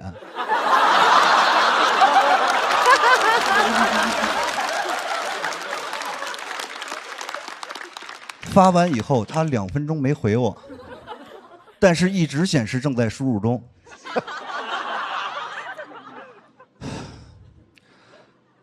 我不是忘词了啊，我是想让你们感受一下那个等待的氛围。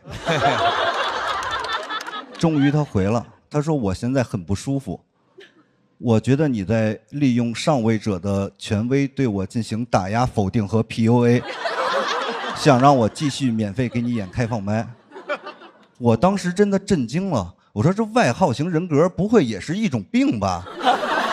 受迫害妄想症。”但是我第一时间的想法还是去解释，我说：“我真的没有 PUA 你的意思，我只是觉得你这段确实不行。”他说：“你这句也是 PUA。”我当时觉得自己已经被绕到他的逻辑陷阱里了，我试图去找到一些证据去战胜他，在那儿搜，PUA 的标准是什么？你们猜标准是什么？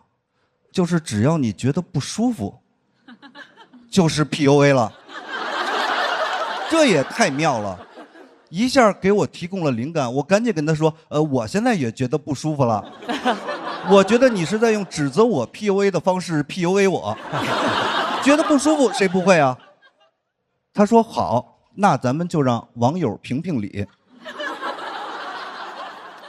一下我就冷静下来了啊。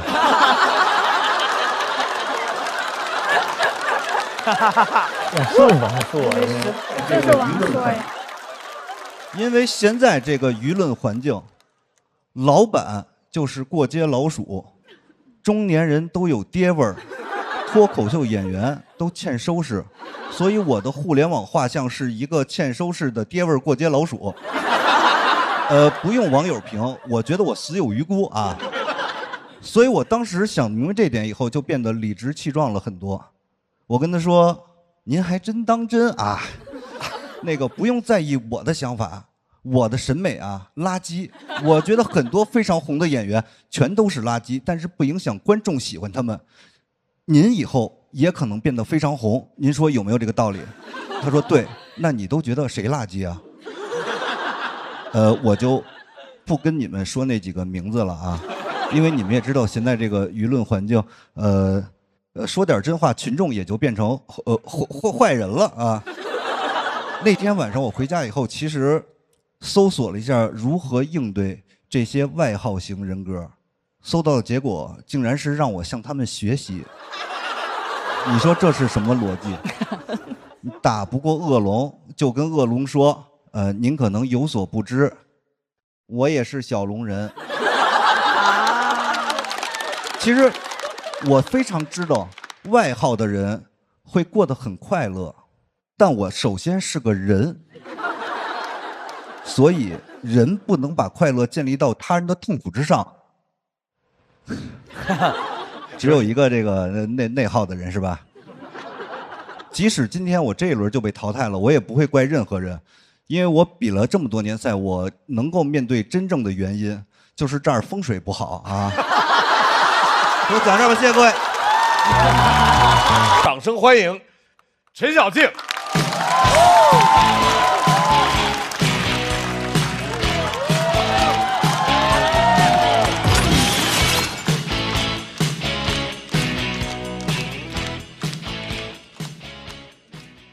大家好，我是陈小静，站在这里真的非常的感慨。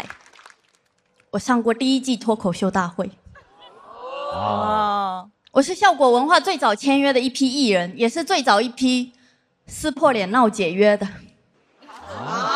我知道现在还有很多的新朋友还想着上节目签公司当大明星，醒醒吧！9年前我就梦过了。你们一定很奇怪，节目组怎么会让我说这个？因为他们更怕我去对面说。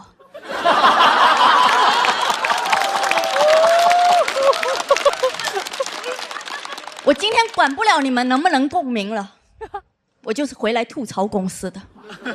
我很在意你们，但对不起，我憋太久了。审判正式开始。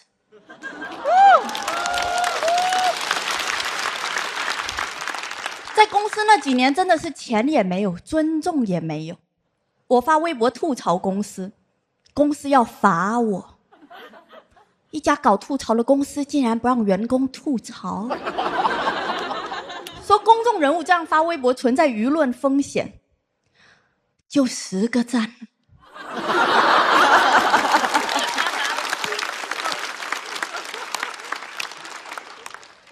你不说我自己就隐藏了，还假惺惺的跟我说可以用小号发，我的大号它就是个小号，而且我的小号是用来给我喜欢的流量明星做数据的，那流量可大了。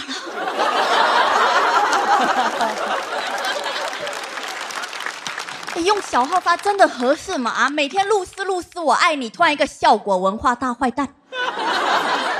其实就是那段时间公司内部出了问题，所有人都在吐槽，但只罚我停止演出，1年罚了我2次，1次罚了半年。每次杀鸡儆猴杀的都是我，我说就不能换只鸡吗？老板可能也意识到了，公司猴是很多，但鸡不可失。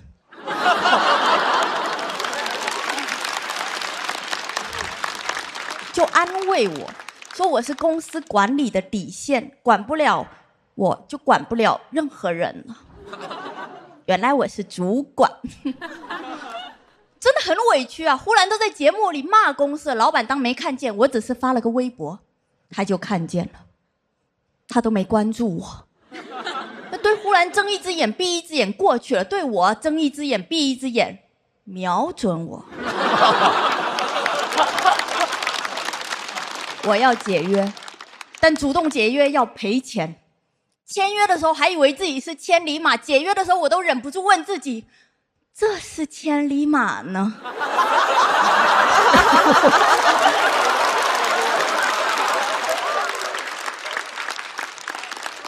有个朋友就建议我去社会上做点坏事，变成劣迹艺人，公司就会主动解约。我说以我的情况也只能成为劣迹素人，存留案底啊。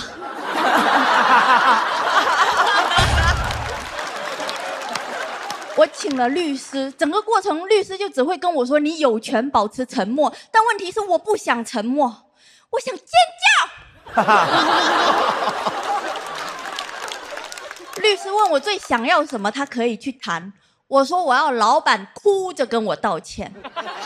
律师根据我的想法给我推荐了一个心理医生。我妈知道了以后就叫我表姐夫来开解我，因为我表姐夫进过精神病院。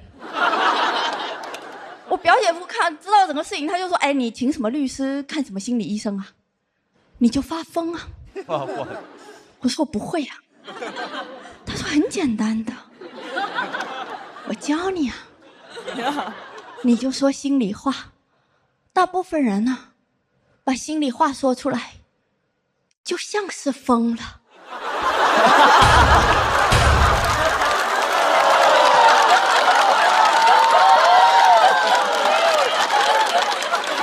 他像是那种电视剧里头疯的，就是你打我呀。我觉得我 get 到了。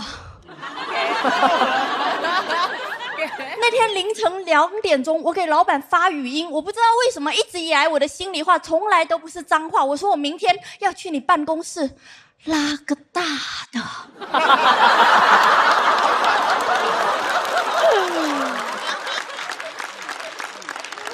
我是真的有这个冲动，老板也是真的很害怕，他第一次关心我，你没事吧？我说没事儿，你要给我找事儿吗？他说你到底有什么诉求？要不我们坐下来聊一聊。我说我要你娶我。太傻呀！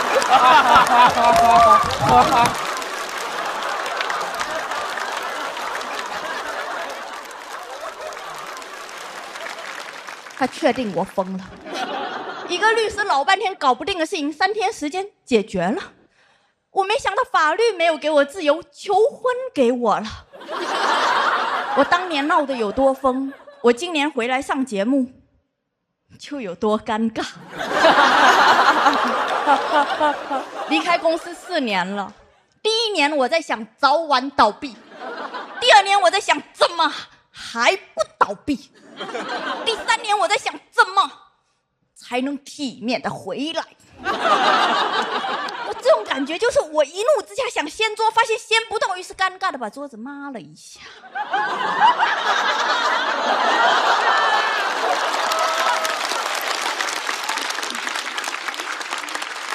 这几年一直有朋友问我怎么不报节目，我说我不想再受线上的束缚。其实我心里在想，再等一等吧，等老板忘干净一点。今年为了报节目，我还接受了公司另一档节目主咖的编剧邀约，我想多给彼此一点时间，循序渐进。我写到一半，因为写得太好，老板主动来找我加微信，我们扫了一下，当面把对方从黑名单里拉出来。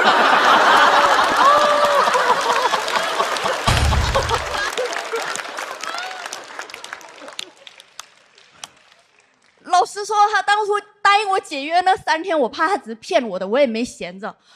我通过企业系统查看了老板的手机号，这个系统会提醒他对方查看了你的手机号。我一天查看几百次，我还每天给他发信息。我当时真的偶像剧看多了，我说放我走吧，你们不要再伤害我了，我也不会伤害你们的。这个我早就忘干净了哦，但拉回那一瞬间，我一眼看到这个聊天记录，他也一眼看到这个聊天记录。我赶紧给老板发新年快乐，新年快乐，新年快乐，新年快乐。我说我把过去4年没给你的祝福都补上，后面4年的也先给你，就是想刷上去。因为我走之前还发了一句，我陈小静就上外面要饭，我也不可能回来。小丑，纯纯小丑。其实我无数次的幻想过我们再次见面的画面，我功成名就，老板来拜访我，在门口等了3天3夜，我说放他进来吧。我的保镖给他搜身，我说不得无礼。这可是叶老师。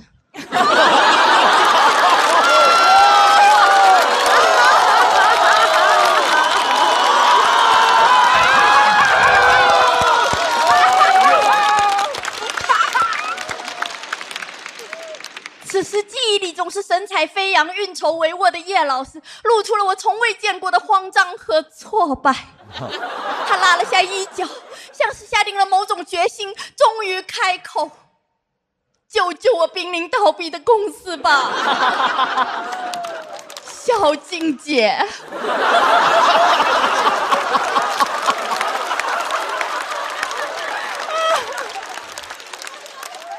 我说一切过往皆为云烟，给我磕10个响头。回顾过往，我当年确实是自不量力啊，但我不会怪自己的，我怪哪吒。坏哪吒。他说我命由我不由天，我信了。我以为人人都可以我命由我不由天，原来只有哪吒可以。你有本事才是哪吒闹海，没本事那就是虾兵蟹将闹海，瞎闹。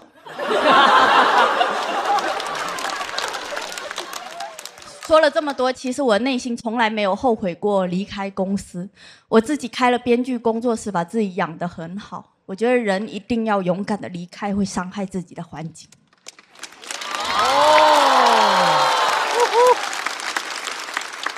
等他改造好了再回来看看。啊，不好就去对面看看。其实我纠结了很久，要不要跟大家分享这个故事。因为难免会有人说这个是内部梗，我觉得不是啊，这是我去了外部才会有的梗。还有人说像八卦，怎么会是八卦？这是我沉默的7年。要说八卦，其实我当年得罪了公司的中层和高层，那个中层现在是另一档节目的高层。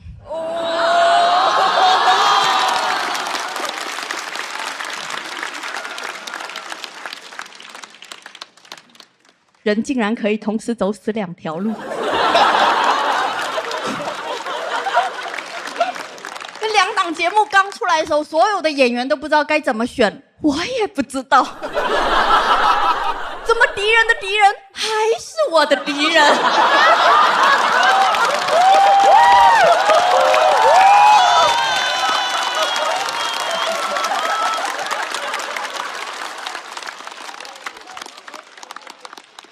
这次2边领导都主动找我加回微信了，终于有的选了。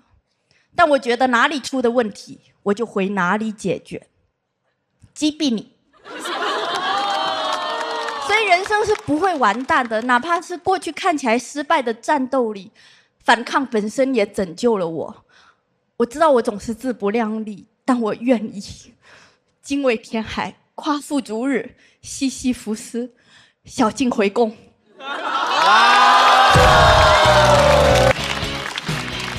大家好，我是小蝶。今天呢，跟大家聊一下我的宠物。我平时是住在杭州，我在杭州养了一只鸡。养它是因为它的命也特别硬。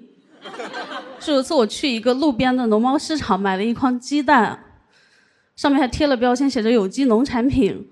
回家正准备放进冰箱，有一个蛋破壳了。啊！真的有机。真的有机啊！我当时特别震撼，母性都被激发了，就好像这个蛋是我下的。我同时又有点后怕，我就在想，如果刚刚我真的把它放进冰箱，下一次我一打开冰箱，激动死了。好邪啊！我得恨自己一辈子。我后来就决定把它养起来当宠物。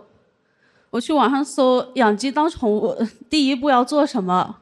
搜出来的词条，第一个是养殖场需要准备什么样的条件啊？什么山清水秀，通风良好，我就把它养在阳台。然后我又搜了一下啊，鸡要准备什么样的食物零食，搜出来的都是鸡做的零食。我都不敢搜什么鸡玩具、鸡爬架，感觉出来的不是鸡爬就是鸡架。鸡确实很容易让人想到一些食物，包括我在给它起名字的时候，我第一时间给它起的名字也叫黄焖鸡。要养一个比较小众的宠物呢，就意味着它生病了，你不太好给它找地方治病，甚至你都发现不了它生病。我养了1个月，我才发现它的脸色不太好。脸想不到吧，鸡也有脸。我把黄焖鸡揣在兜里面，我带它去了宠物医院。当时前台非常的热情，问我你家毛孩子怎么了，我都不敢把我家毛孩子掏出来，我怕被旁边的毛孩子给吃掉。后来呢，宠物医院他们也没有什么办法，我就自己回家去网上找了一本禽类病理学，学了一晚上，学了20多种病。后来去网上一查，鸡的药1颗就可以治20多种病。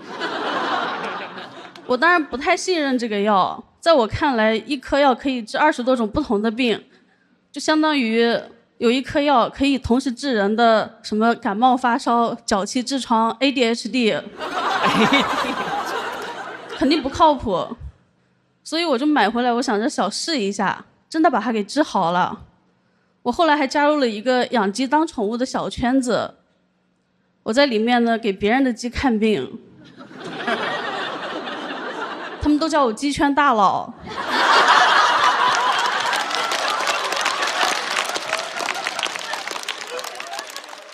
目前还没有人发现我开的都是同一种药。然后差不多养了3、4个月呢，我发现黄焖鸡是一只母鸡，它开始下蛋了。它开始下蛋以后，就好像变了一只鸡一样，它也开始有母性。每天下完蛋不吃不喝就想孵蛋，把自己搞得特别憔悴。我真的很心疼它，我每天都过去把蛋拿走。我每天都过去劝她，我说姐妹，你没有那么想要孩子，你就是排卵期到了。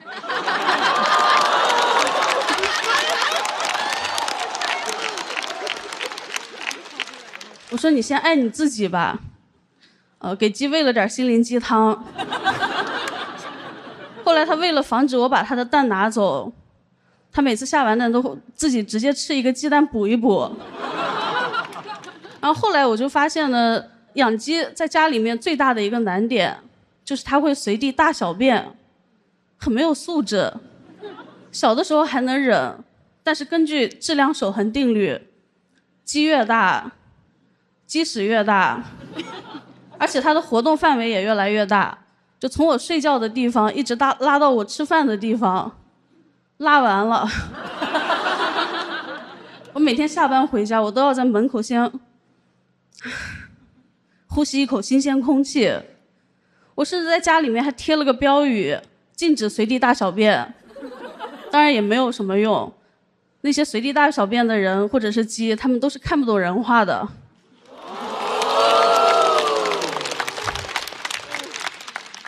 我就用了很多种方法来培养他这个定点上厕所的习惯。我就发现呢，他每次上厕所之前有一个前摇，大概5秒钟，他会当场愣住。从此以后，我只要看到他愣住，我就上去把他抓到卫生间，只要他愣住，我就把他抓到卫生间。一来二去，成功的改掉了他的毛病。他上厕所之前再也不愣住了，直接拉。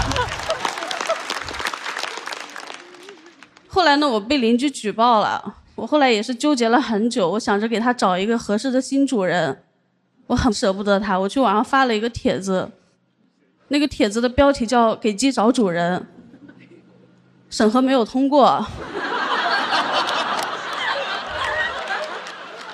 这是我养了鸡以后特别无语的一件事情，就大家能不能把鸡的意思还给鸡？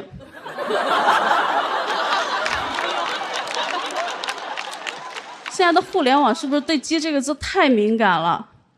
我反对用鸡来指代任何人，除非他随地大小便。我觉得可以叫那些随地大小便的人走地鸡。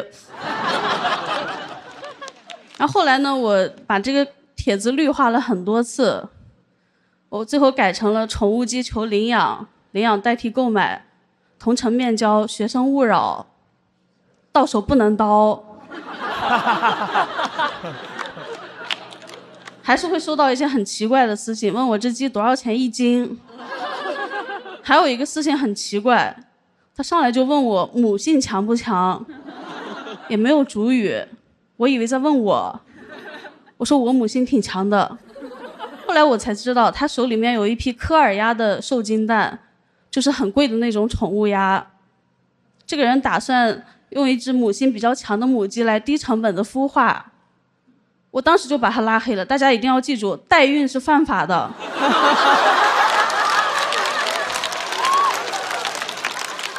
后来我真的找到一个人，他住在郊区，他平时也养鸡当宠物，而且他有自己的大院子，我就把鸡送给他养。我没有想到送的过程也全是误会，我特意叫了一辆面包车、货车，司机打电话问我说你要拉什么？我说垃圾。他说什么垃圾？我说母鸡。他说你是广东人。他说你到底要拉什么？我说宠物鸡，活的，能拉吗？他说会不会在我身上拉屎？我说能拉吗？他说只能拉一点。这个故事的结局呢，其实比较幸福。我把黄焖鸡送过去以后呢，它也是被当宠物在养。我第一次去看它呢，是一个阳光明媚的下午。当时我去看它的时候，黄焖鸡在树荫下面刨坑、抓虫子、洗澡，过得非常快乐。主人呢也很喜欢它，但是主人说它只有一个毛病，就是会吃别的鸡下的蛋。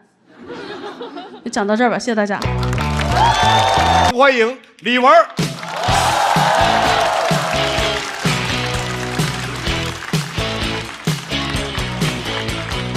嗨，朋友们，好久不见，你们好吗？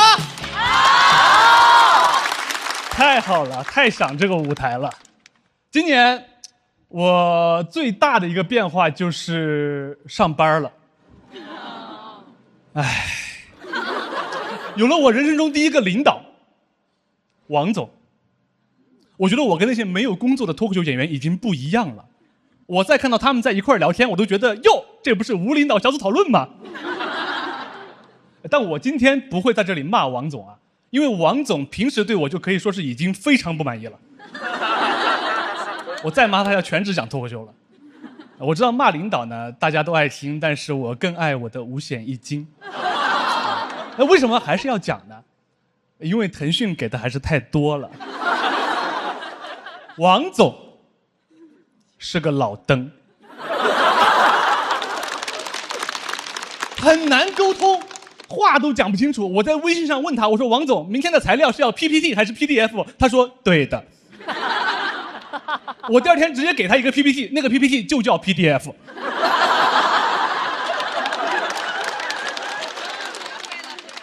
那个文件叫 PDF.PPT。他说你是不是觉得你很幽默？我说对的。但是没办法不跟王总接触。前段时间他过生日，同事都准备了礼物，我也得送，还不会送，就问我爸。我爸给我讲了很多，他说首先啊，有些东西不能送，比如手表，因为表就是钟，这是给别人送钟。我说哦。哎，我说等一下爸，我还说今年要是挣了钱就给你买个劳力士呢。他说那不一样，你爸命硬。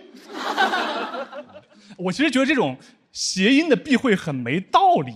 我看网上看到有人说梨子是分离，也有人说梨子是大吉大利，感觉好坏都看口音。我说这样说的话，我的表可以送给河南朋友。别人问这是啥呀？我说钟啊。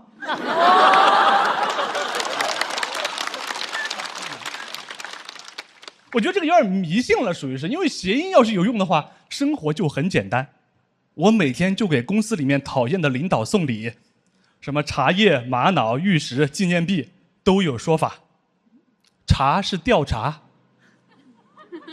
马是落马，狱是监狱，币是枪毙。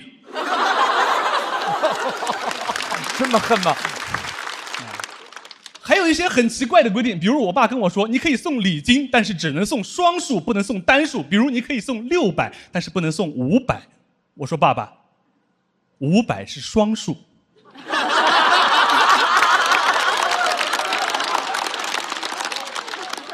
他说你懂个屁，这是人情世故。我说爸爸，这是小学算术。我觉得还是得看王总缺什么，投其所好。观察王总，观察了1周，我发现他缺的东西都很难送，什么同理心、人性、道德底线，这些东西用钱都买不到啊。我只能把我自己的送给他，但是那样我不就成李总了吗？后后来还是从同事那儿打听到说王总爱喝茶，买了一盒碧螺春，6000块钱1斤的茶叶，买了2两。那个茶叶就这么一点儿，那个店员给我用了一个店里面最大的盒子装。我说什么意思？有什么说法吗？用这么大个盒子？他说你这个人一看就想装个大的。我说看人挺准。最厉害的是那个盒子上面有一个2维码，你扫那个2维码的话，这个茶叶的建议零售价是2万1斤。这个数可以自己设置。我甚至可以设置成20万1斤，但是没有必要，因为我是要取悦他，不是恐吓他。我觉得这个礼物选得很好，但是礼物选了，你还得学送礼的礼仪，哎呦，那就更复杂了。我去问我爸，说一些听都听不懂的高级词汇，跟我说送礼讲究一个3推3就。我心想推3就干什么？他意思是别人一定会拒绝，然后你要说服对方，而且这个拒绝还分真拒绝和假拒绝。真拒绝就是哎不，假拒绝就是哎。这个人他要吐痰。当然，我想了王总所有的有可能用来拒绝我的理由。我说，不行，太贵重了。不行，刚上班。不行，有监控，啊，我都想清楚了。我就回忆我脑海中送礼的场景，有一招必杀技，4个字，给孩子的。啊，当然你送的东西要真的能给孩子啊，你不能拿2条中华，你说给孩子的。你比如你送一套书，你说给孩子，对方一定会收的，因为他很难拒绝，他不可能说不要，我们家孩子就要当文盲。所以我想得很清楚，王总如果拒绝我，我就去找王总他爸。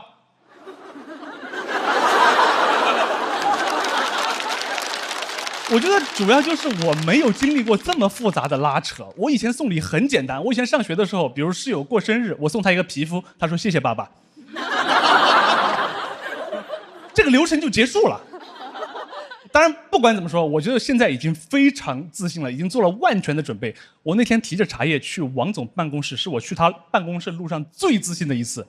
走在那个路上，脑海里面就已经开始演戏了。我想象中，等会儿走到王总办公室见到王总，我的状态应该是先礼貌，然后介绍，然后炫耀。王总对我的态度应该是微笑、尖叫，然后跟我拥抱。我想得非常好。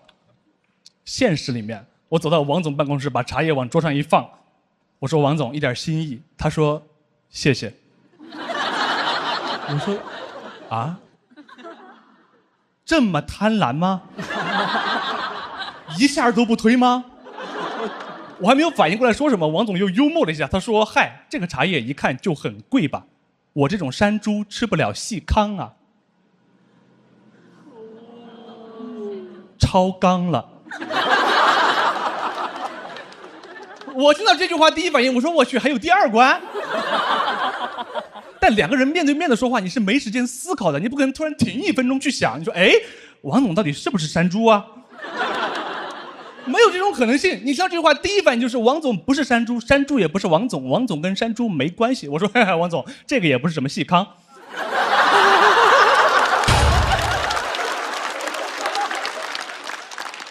最荒谬的事情是，直到我写这个段子的时候，我才意识到这句话有多么的愚蠢。我前段时间还问王总，我说上次送礼那个事情真是不好意思。王总说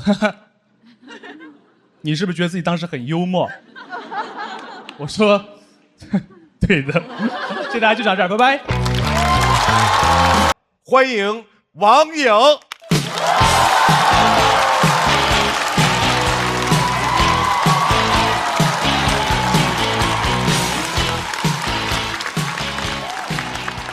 大家好，我叫王颖。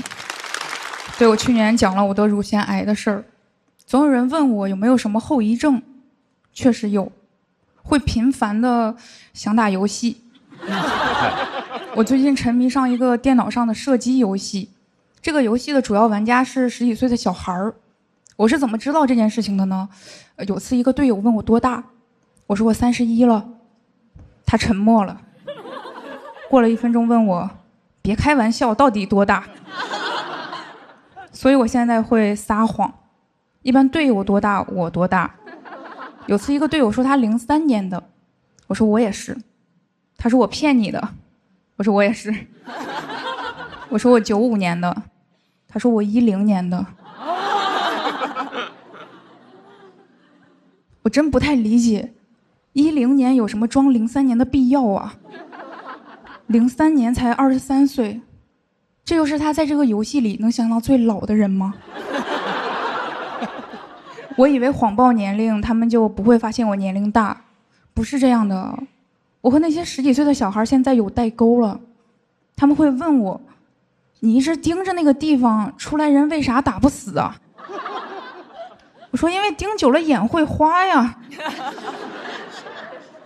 他们发现我菜之后就跟我说：“实在不行，咱买点装备呢。”我说：“我买了呀，贝贝佳、眼药水、痔疮垫儿。”还有一次我打的有点菜，一个队友开麦问：“这是谁带的妹？”听声音感觉他还没有到变声期，问我是谁带的妹，给我气坏了。我说：“你跟你妈出门也介绍这是我带的妹吗？”说完我有点后悔，我怎么带入了母子关系啊？我本来想让他尊重女性，但他好像理解成了得尊重老人，因为他迟疑了一下，又问：“这是谁带的姨？”我真是打不过那些小孩儿。有时候我就在想啊，支持未成年人防沉迷系统的那帮人，有没有可能他们不是为了小孩好，就是打不过输急眼了？成年人就是这样，面对不了自己的无能，就滥用自己的权利。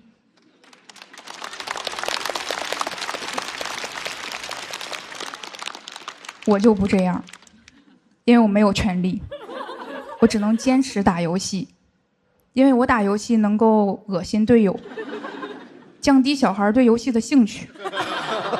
我现在每天随机拯救几个青少年。如果你们发现自己的孩子突然不爱打游戏了，不用谢。有次打着游戏，队友的麦里突然传来他妈妈的怒吼，说：“你天天打游戏，长大能干啥？”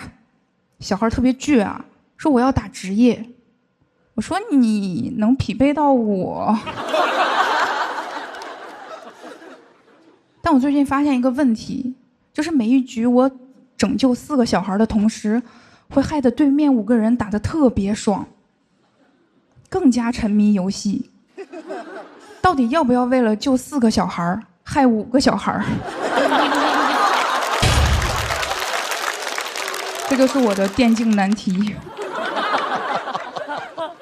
成年人打游戏就不需要游戏防沉迷，像我打累了，心脏会跟我说话，他会说：“你再不停，我就停。”比起游戏防沉迷，成年人更需要工作防沉迷。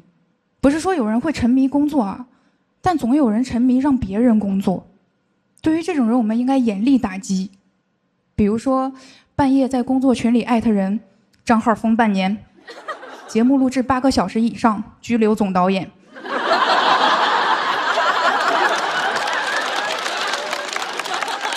还有什么临下班了，老板说开个小会，直接抓走。但是不要当天抓走，因为会耽误下班。我们留着，等到团建的时候再抓走。普通员工自愿观看，管理层强制参加。凭什么老杀鸡儆猴啊？就应该杀猴儆猴。我最近打游戏还经常会感慨，我觉得打游戏最好的时间是10年前，其次是现在，因为现在打游戏没人管。小孩打游戏，家长会担心他玩物丧志，而我已经30多了，刚得完癌症，每天坚持打游戏，听起来很励志。生病之前打游戏，我还会责备自己，我想你快30了，一事无成，还在打游戏。现在这一丝愧疚，之前生病手术的时候被医生摘除了。以前总听1寸光阴1寸金。生完病，我觉得人应该想干点啥就干点啥，凭什么人到30就得有车有房？我觉得人到30应该有盖亚 AK 和侦察 M4。这是啥呀？游戏的装备。我这个病得的真的是恰到好处，得轻了想不到及时行乐，得重了没时间行乐。我建议你们也开始及时行乐啊！不用非得亲自得病，你们可以从我身上吸取教训。万一有人问，你们就说我有一个朋友得了癌症，让我明白了人生苦短，应该及时行乐。不用客气啊，算我请你们的。我就讲这里，谢谢大家。让我们掌声欢迎季节性的脱口秀演员秋月。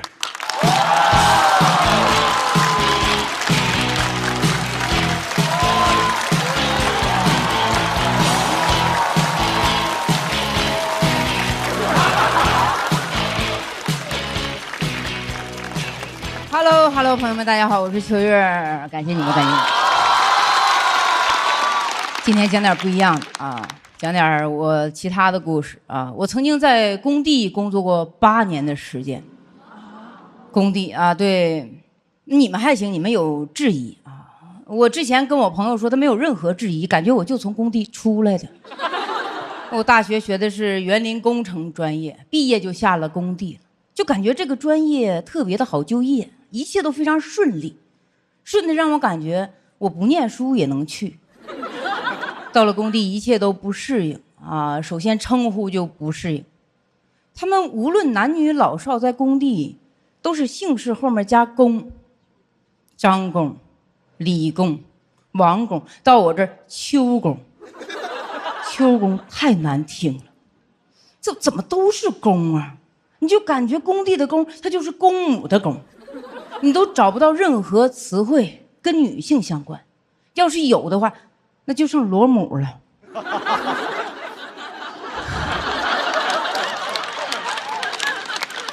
真的，那年我是工地唯一的一名女技术员，我还特别感谢我的领导，我说感谢你在没有女生的情况下愿意把我留下来。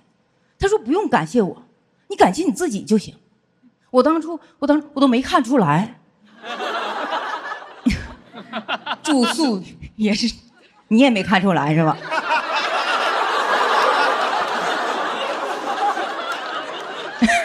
住宿也很不方便，住的是那种活动板房，8人寝，7个男的。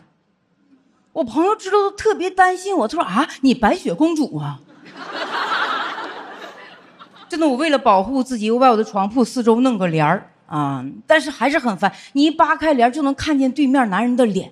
我跟他说：“你能不能也整个帘？”他说：“我不要帘儿。”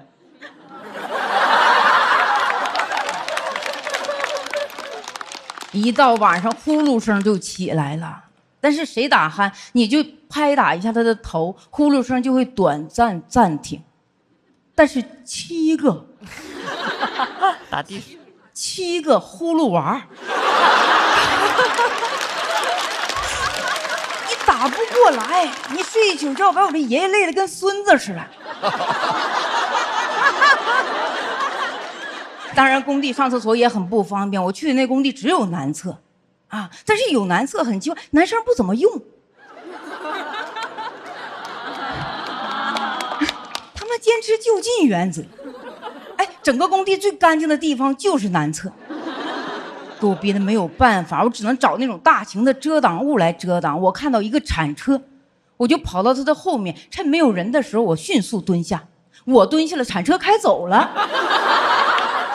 有一天，我站在铲车后面，领导突然指着我说：“铲车司机不在，你赶紧过来给我开一下铲车。”我都不知道我有什么气质，就让他认为我会开这个铲车。还没等我拒绝，他就半推半就给我推到了铲车上，把门一关，给了我一个手势，走。我当时坐在那个铲车里往下看，我在想，我是不是会开这个铲车呀？我给忘了，想了半天没想起来啊。后来还是查手机，顺利把铲车开走了。铲车虽然开走，但是铲抬不起来，把工人辛辛苦苦挖一上午坑全给埋上了。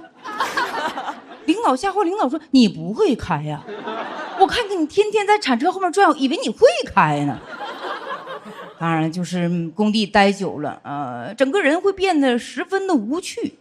我每天的生活不是修路就是栽树。就我真的，我会在我朋友突然聊美食美甲的时候，就冒出一句：“我说你知道银杏吗？”他说：“我知道啊，银杏的弱点吗？”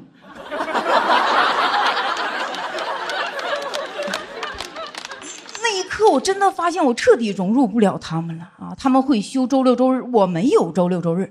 他们会在休息的时候睡懒觉，我一想到他们睡懒觉，我就想把工地的钻声开到最大。真的8年啊，工地围挡把我和外面的世界彻底隔绝开了。里面的人想出来，外面的人嫌我吵。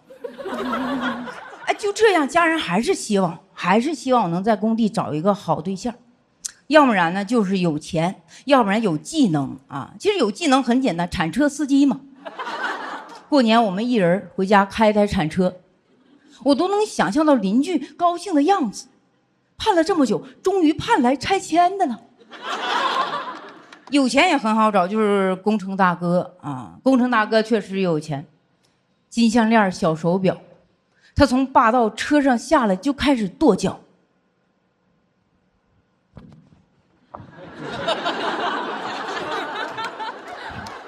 我不明白为什么一定要跺这2只脚，工地本来灰就大，一下车人没了，大哥。而且他那个脚走2步，永远撇得像那个路由器的天线，你走到旁边你都能踩他脚上，我都没有办法跟他想象我怎么样跟他步入婚礼的殿堂，我得完全的内八，才能和他的外八高度契合。我们生来就八字不合。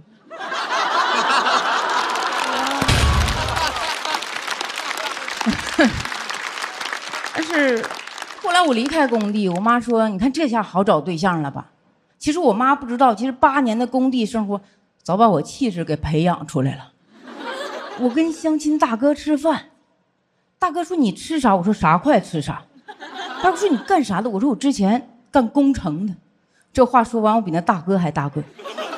大哥很好奇：“你做什么工程？”我说：“吃完饭领你去看看。”我选了一个我做过最好的工地。我跟他一起走到工地门口，我走到那个小区门口，小区保安一下就把我认出来了。他说：“不是业主不让进。”那天我回家的路上，整个人就变得非常的失落。我就在想，小区回不去了，青春也回不去了，我都不知道如何跟这些人证明我这8年到底干了些什么。这时候正值是春天啊，柳絮纷飞，漫天的杨树毛毛。我后面的人突然打了个喷嚏，他就说：“这是破树，谁栽的？”我笑了。那一刻我就明白，咱青春虽然回不去了，但每年的春天你们都会想起我。讲到这里，谢谢大家，谢谢大家。最后出场的，掌声欢迎山河。山河，我喜欢山河，山河好，很棒。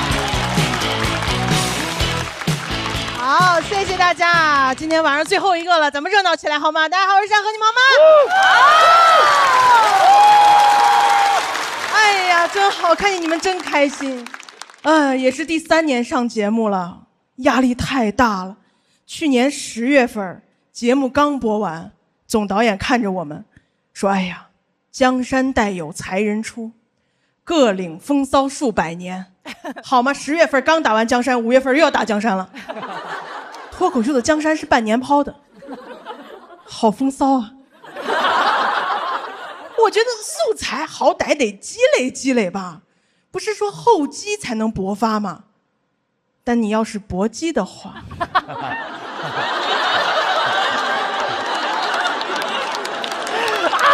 什么东西？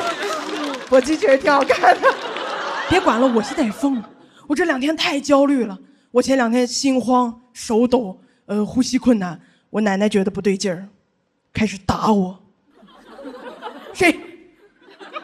出来！是不是他爷爷？我说不是，是的话早还手了。后来知道是有一点点焦虑症了啊！不要担心，焦虑症现在太普遍了，很多人都有，每天担心害怕嘛。害怕有问题，害怕出错，害怕被骂，所以焦虑症又叫上班了。我也反思了，为什么现在物质条件好了，我反而越来越焦虑了？我发现我就是个这个性格，我性格就这样，我什么事儿都会往最坏处想。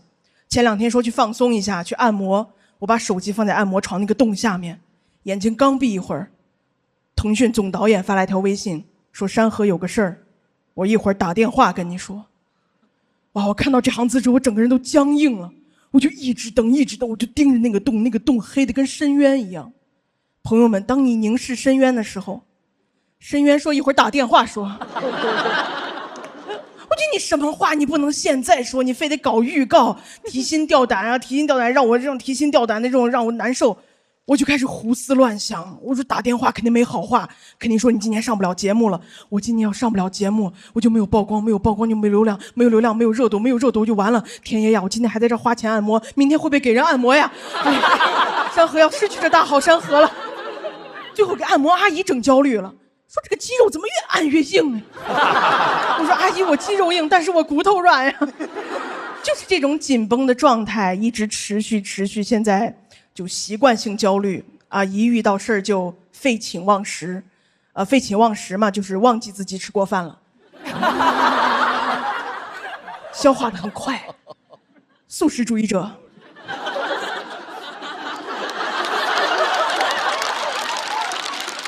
反正吃这方面咱不操心，哎，我主要是睡不着，我觉得睡不着不能叫我熬夜，哎，睡不着应该叫夜熬我。对吧？我被夜熬，夜把我熬，我感觉我那个床底下就是有火，一躺下就开始烤我。不然为什么不停地翻面儿、叹气、出油，还会发出那种下油锅的声音？刚一躺下，脑子里面有个声音：我考考你，领导今天说某些人是哪些人呀？算了，别想了，明天还要坐飞机呢。飞机会不会出事儿？会不会螺旋桨飞什么东西卡住，飞机失衡，氧气面罩拉不下来，救生衣穿不上，没有大码的？哎呀，哎呀，越想越害怕，不停地翻面儿。第二天还有人问我说：“你咋了？昨天晚上干嘛了？”我说：“哎呀，翻云覆雨，缠绵悱恻，刺激。”经常焦虑的朋友知道，你好不容易睡着了，还会做噩梦。有时候第二天早上醒来，第一件事儿拿手机解梦，查梦到蛇代表什么，梦到枪杀代表什么。我有一次梦见正比赛呢，忘词了，张绍刚看不下去了，把我麦抢走了。醒来搜梦到张绍刚代表什么，AI 说我暗恋他。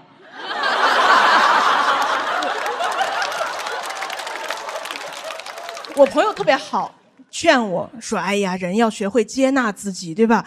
你没流量就没流量，不好笑就不好笑，淘汰就淘汰。”我说：“你能闭嘴你就闭嘴。”我没有这样的心态，我每天说的最多的一句话就是：“怎么办呀？这怎么办呀？这咋整啊？”我感觉我们这种焦虑型人格也有自己的 MBTI， 哎，我称之为 IODK 型，就是要多 K， 好多 K， 好多 K， 好多 K， 好多 K。哎，我羡慕人家那种 IKQN 型，哎 ，Kinchana， 没有人告诉过我 Kinchana， 没有人告诉过我没关系的，我爸妈都是告诉我你完了，这点小事干不好你完了啊，也跟我说过没关系的，就这事儿你靠你自己吧，咱们家没关系的啊。我前2天刚回家，我爸说你看拖鞋不摆好，屋子不收拾，你这样下去会有非常严重的后果。我说哎呦，怪不得最近国际局势那么动荡，拖鞋的事儿啊。我也跟我妈聊，我说妈，我最近很焦虑，我的未来，我的收入，我的人际关系。我妈特别认真看着我说：“你最近是不是胖了？你胖了不好，你胖找不着对象，妈天就塌了。”这就是我们家，每天都是杞人忧天，每个人都是杞人，每天晚上都是杞人奇妙夜呀！哎呀。杞人奇妙夜。哎呀，其实我今天站在这儿啊，我不是想跟大家喊口号说，哎呀，不要焦虑啊，我们应该怎么消除焦虑？焦虑真的是消除不了的，尤其对我们这种人来讲，你消除了眼前的焦虑，还会有更大的焦虑。我现在回头看，什么成绩不好、容貌焦虑、身材焦虑，现在看简直就是微焦，外焦里嫩，美拉德式焦虑。现在加上什么收入、健康、未来、人际关系全焦了，糊过底了。不行，听不得糊这个字，艺人现在真的。所以我觉得网上最近有一句话说得很好，说过来了就好了，对吧？什么叫轻舟已过万重山？我觉得如果实在跟我一样焦虑的朋友，咱们轻舟可以先停一停，我最近就想当几天两岸原声提不出的猴，就叫，就发泄。谁再跟我说你这样下去就完了，我说对。一会儿打电话给你说妖怪。谢谢大家，我张哥，谢谢你们。